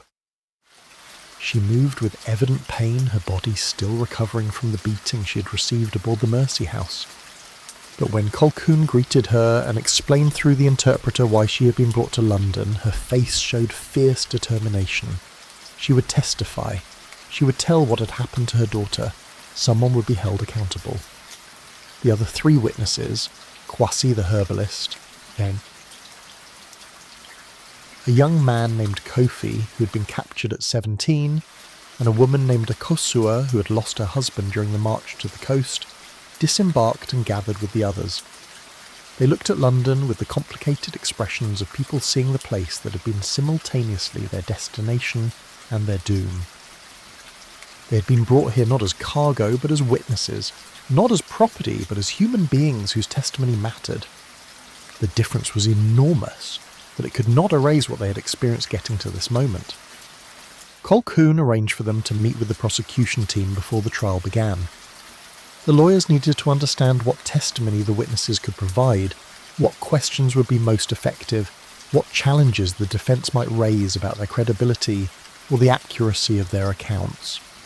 These meetings took place over several days, conducted with patience and respect, translated carefully to ensure understanding in both directions.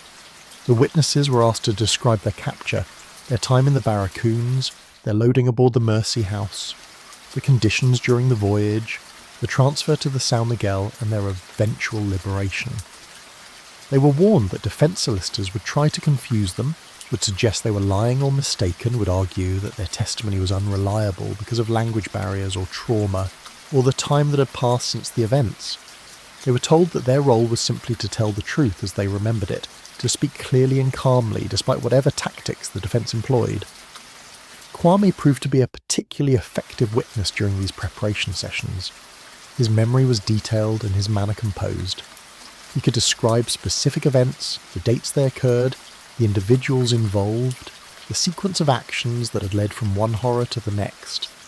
When asked how he could remember dates so precisely, he explained that he had marked time by the moon's phases, had kept mental tallies of each day, had refused to allow his captors to strip him of his sense of time and sequence. "They could chain my body," he said through the interpreter, "but they could not chain my mind. I stayed myself by remembering." The trial began on the 15th of May at the Central Criminal Court, the Old Bailey, in a courtroom that had seen centuries of prosecutions for crimes, was ranging from petty theft to treason. Thaddeus Blackwell sat in the dock with his solicitors arrayed around him, presenting the image of a respectable merchant wrongly accused. He wore fine clothing, maintained proper posture, showed no visible anxiety despite facing charges that could result in his execution if convicted. The prosecution was led by Sir Edmund Walsh, the King's Counsel known for his methodical approach and his ability to present complex evidence in ways that juries could understand. Walsh opened with a summary of the charges and a promise that the evidence would demonstrate beyond reasonable doubt that Blackwell had knowingly financed illegal slave trading operations, had profited from them, and bore direct responsibility for the suffering and death of dozens of people. The defence was led by Marcus Thornton, equally respected, known for his skill in creating reasonable doubt even in seemingly clear-cut cases. Thornton's opening was brief but effective. He simply stated that the prosecution would fail to prove Blackwell's knowledge of or involvement in the crimes allegedly committed by Captain Weatherby and the Mercy House's crew. Whatever had occurred aboard that ship, Thornton argued, had been done without the owner's knowledge or authorization. Blackwell was a victim here, his property misused by a criminal captain, his reputation damaged by association with crimes he had not committed and would never have approved. The prosecution began methodically. Walsh called Thomas Reeves to describe the discovery of the ship, the condition it was found in, the evidence in the hold. Reeves testified clearly, describing what he had seen without embellishment or interpretation. The chains were entered into evidence displayed for the jury. The platforms from the hold were brought into the courtroom, their dark stains visible even in the subdued light. The personal items were shown, the small shoe, the beads, the seeds, the cross. Physical evidence that people had been held in that space, that suffering had occurred there. Colquhoun testified about his investigation, presenting the financial records that showed Blackwell's payments to Continental Maritime Services, the correspondence between Blackwell and various intermediaries, the pattern of the Mercy House's voyages. He explained how slave trading operations worked post-abolition, how merchants insulated themselves through layers of intermediaries, how profit could be generated while maintaining plausible deniability. Then Walsh introduced the letter found in Captain Weatherby's cabin, the one ordering the change in plans, directing the rendezvous with the São Miguel. Walsh had the letter examined by a documents expert who testified that the seal was genuine, that it matched other known examples of Blackwell Shipping Company's official seal, that it could not have been forged or applied without access to Blackwell's own sealing materials. Thornton objected vigorously. He argued that Captain Weatherby could have stolen the seal, could have forged the letter to protect himself or to implicate his employer if caught, but Walsh countered by producing additional letters, found among Blackwell's seized business papers, that showed Weatherby had received multiple communications bearing that same seal, that a pattern of correspondence existed between owner and captain that contradicted Blackwell's claims of non-involvement. Marcus Pemberton testified next, describing the voyages he had participated in, the modifications to the Mercy House's hold, the loading of human cargo in Africa, the transport across the Atlantic. He admitted his own culpability, explaining that he was testifying in exchange for a reduced sentence, but insisted that everything he had done had been under orders from Captain Weatherby, who had in turn been following instructions from the ship's owner. Thornton cross-examined Pemberton aggressively, highlighting his criminal participation, his motivation to shift blame to someone wealthier who could not easily defend himself against accusations from crew members. Pemberton held up reasonably well, admitting what he had done while maintaining that the voyages had been organised and financed by Blackwell through intermediaries. But the most powerful testimony came from the witnesses who had experienced the hold from inside. Kwame was called first, and Walsh guided him carefully through his story. Speaking through an interpreter, Kwame described his life before capture, a farmer with family and community, a man who had lived 32 years in freedom before it was stolen in a single night. He described the raid, the killing, the long march to the coast. He described waiting in the barracoon, watching as the Mercy House arrived, and Captain Weatherby selected people for purchase. He walked among us like we were cattle, Kwame said, his voice steady despite the weight of memory. He looked at our teeth, felt our muscles, checked us for illness. He was deciding which of us would survive the voyage he planned to inflict. Those he did not choose wept with relief. Those he chose knew we had been condemned to something worse than the barracoon. Kwame described the loading aboard ship, the descent into the hold, the chaining in spaces too small for human dignity. He described the darkness, the smell, the sounds of people suffering around him. He described watching people die, watching bodies removed and knowing they had been thrown overboard like refuse. He described the transfer to the São Miguel, the terrifying boat ride between ships in darkness, the realization that their suffering was not ending but simply changing location. The courtroom was silent as Kwame testified. Jurors leaned forward, listening intently. Even Thornton seemed reluctant to interrupt, perhaps recognising that a progressive cross-examination of this witness would backfire, would make the defence appear callous in the face of obvious suffering.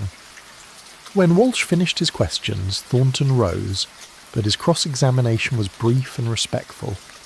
He asked only whether Kwame had ever seen Blackwell, whether he knew anything about who owned the ship or who had financed the voyage. Kwame admitted he did not. His knowledge was limited to his own experience in the hold and what he had overheard from crew conversations. Emma testified next, and her account was even more devastating. She described being captured with her infant daughter, described trying to protect the child through the march to the coast and the waiting in the barracoon. She described the voyage's horror compounded by the need to keep an infant alive in conditions designed to barely sustain adult life. She described the transfer between ships, the moment when sailors tore her daughter from her arms, her screaming and fighting and ultimate helplessness as the child disappeared. "I do not know if my daughter died in the water or aboard the ship or somewhere else," Amar said through several tears that the interpreter's voice could not mask. "I only know she was taken from me by men who saw her as a liability rather than a human child. And the person responsible, the person who organised the voyage, who hired the captain, who profited from our suffering, sits in this courtroom pretending innocence. He did not hold the chains. He did not throw my daughter into the ocean, but he made all of it possible. He is the reason my child is dead." The courtroom remained silent for a long moment after Amma finished. Walsh thanked her gently and sat down. Thornton rose, looked at Amma, and then at the jury.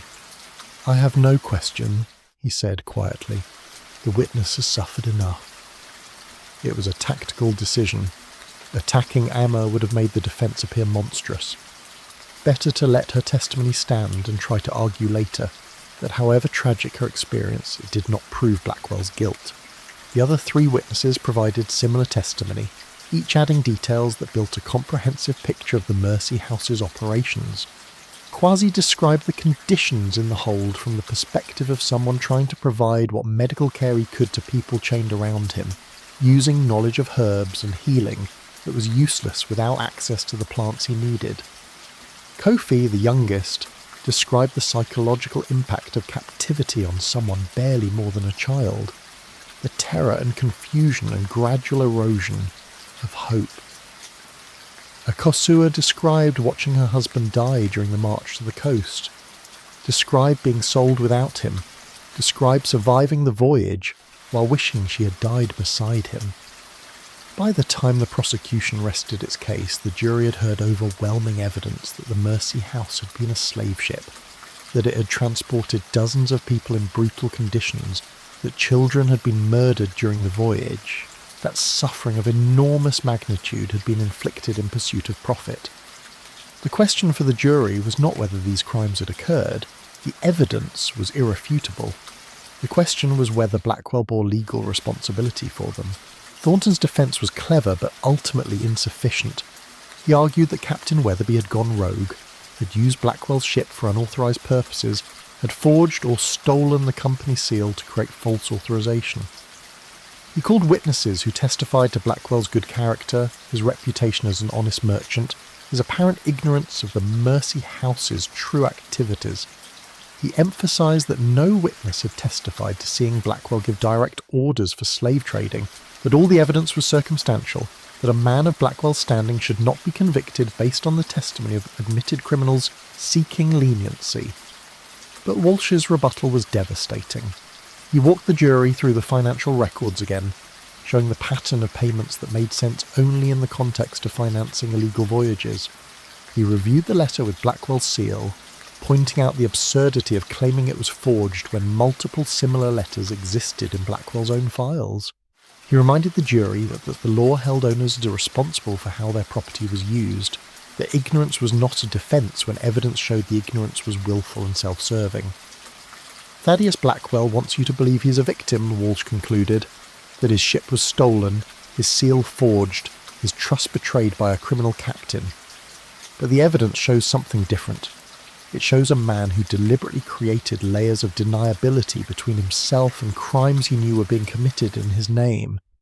It shows a man who profited substantially from human suffering while maintaining the appearance of respectability. It shows a man who, when finally caught, falls back on the defence that has protected wealthy criminals for centuries. I did not know, I was deceived. I bear no responsibility. Do not let him hide behind that defence. The victims whose testimony you have heard deserve better. Justice demands better. The jury deliberated for 6 hours. When they returned, their verdict was guilty on all charges: illegal slave trading, conspiracy, and accessory to murder. Blackwell showed no reaction as the verdict was read, but his solicitors immediately announced their intention to appeal. The sentencing hearing occurred 2 days later. Before imposing sentence, the judge allowed victim impact statements. Kwame, Amar, and the other witnesses were given opportunity to address the court. Kwame spoke for them all, his words translated, but their impact transcending language. "This man took everything from us," Kwame said, gesturing toward Blackwell. "Our freedom, our families, our dignity, years of our lives that we can never recover. Some of us lost children, some lost spouses, some lost ourselves, the people we were before this horror can never be fully restored. He did this not because he hated us personally, but because he saw us as opportunities for profit. We were not human beings to him, we were cargo, investments, things to be bought and sold and discarded if we became inconvenient. This is what I want this court to understand. The crime here is not just violation of British law, though that violation is serious. The crime is the reduction of human beings to property, the treatment of people as objects, the belief that some lives matter less than profit. Until that belief is fully rejected, until it becomes impossible for men like this to prosper from such beliefs, the suffering we experienced will continue. Someone else will build another ship, modify another hold, chain other people. The law must make clear that such crimes carry consequences so severe that profit cannot justify them. The judge, Lord Justice Hammond, 64 years old, known for stern sentences in serious cases, listened without interruption. When Kwame finished, Hammond sat in silence for a full minute before speaking. "Mr. Blackwell," he said, his voice carrying the weight of judicial authority accumulated over decades, "you have been convicted by the jury of crimes that strike at the foundation of civilized society. You participated in a trade that Parliament has declared abhorrent, that Christian morality condemns, that basic human decency rejects. You did so not in ignorance but with full knowledge of what you were doing. You structured your business to create deniability, hired intermediaries to insulate yourself from direct involvement, maintained the appearance of respectability while profiting from unspeakable cruelty. This court has heard testimony from witnesses who survived the horror you helped inflict. Their words, their presence, their dignity in the face of what was done to them stands as rebuke to everything you represent." Hammond paused, letting his words settle. "The law provides for execution in cases of murder. However, the Crown has indicated it will not seek the death penalty in exchange for your cooperation in identifying other participants in the slave trading network you were part of. Therefore, I sentence you to transportation, 20 years of penal servitude in Australia, followed by permanent exile from England. Your property is forfeit to the Crown, to be used for compensation of your victims where possible. Your name will be struck from the rolls of the merchant companies you belong to, and your ship, the Mercy House, will be broken up, its wood burned, its metal melted down, so that it can never again serve the evil purposes you equipped it for." Blackwell was led from the courtroom in chains. His solicitors protested the severity of the sentence, renewed their commitment to appeal, insisted that justice had been perverted by political considerations, but the sentence stood. Blackwell was transported to Australia 6 weeks later, disappearing from London's merchant society as completely as if the Thames had swallowed him. The trial's conclusion brought some measure of satisfaction to Colquhoun, but he knew the victory was limited. Blackwell had been caught and punished, but the system that had enabled him remained largely intact. Other merchants continued trading in human misery through intermediaries designed to prevent prosecution. Other ships likely still carried captive people across oceans beyond the reach of British law or naval patrols. The fight against slavery would continue long after this single prosecution, but the witnesses had been heard. Their testimony had been recorded, entered into official records, acknowledged by a British court. They had stood in the heart of the empire that had enslaved them and spoken truth to power, and power had, for once, listened. It was not enough, could never be enough to compensate for what they had endured. But it was something. It was recognition. It was justice, however imperfect and incomplete. Kwame and the other witnesses remained in London for 2 more weeks before returning to Freetown. Colquhoun met with them one final time before their departure. They gathered in his office, the same room where the investigation had begun 7 months earlier, where the evidence from the Mercia house had been catalogued and analysed. "Thank you," Colquhoun said simply. "Thank you for making this journey, for testifying, for ensuring that what was done to you would not be forgotten or dismissed. Your courage has made a difference." Kwame translated this for the others, then responded, "We did what we had to do, not for revenge, though that was part of it, but for all the others who did not survive, who died in holds or in oceans or in places where no one remembers them. We spoke for them too. We made sure someone acknowledged they existed, that their lives mattered, that their deaths were crimes rather than acceptable losses in commerce. That's all we could do. We hope it was enough." They sailed from London on a grey morning in June, the fog returning as it always did, wrapping the Thames in familiar obscurity. Colquhoun watched their ship disappear into that fog, carrying the witnesses back toward Africa, back toward whatever lives they could build from the ruins of what had been stolen from them. He thought about them often afterward, wondered if Kwame had found his way back to his village, if Amma had found any peace after losing her daughter, if any of them had managed to recover something of who they had been before the Mercia house changed everything. The ship itself was broken up as Hammond had ordered. Colquhoun oversaw the work personally, ensuring that every plank was separated, every beam marked for burning.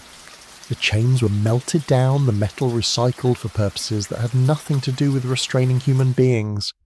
The platforms were burned, the smoke carrying away the stains they bore.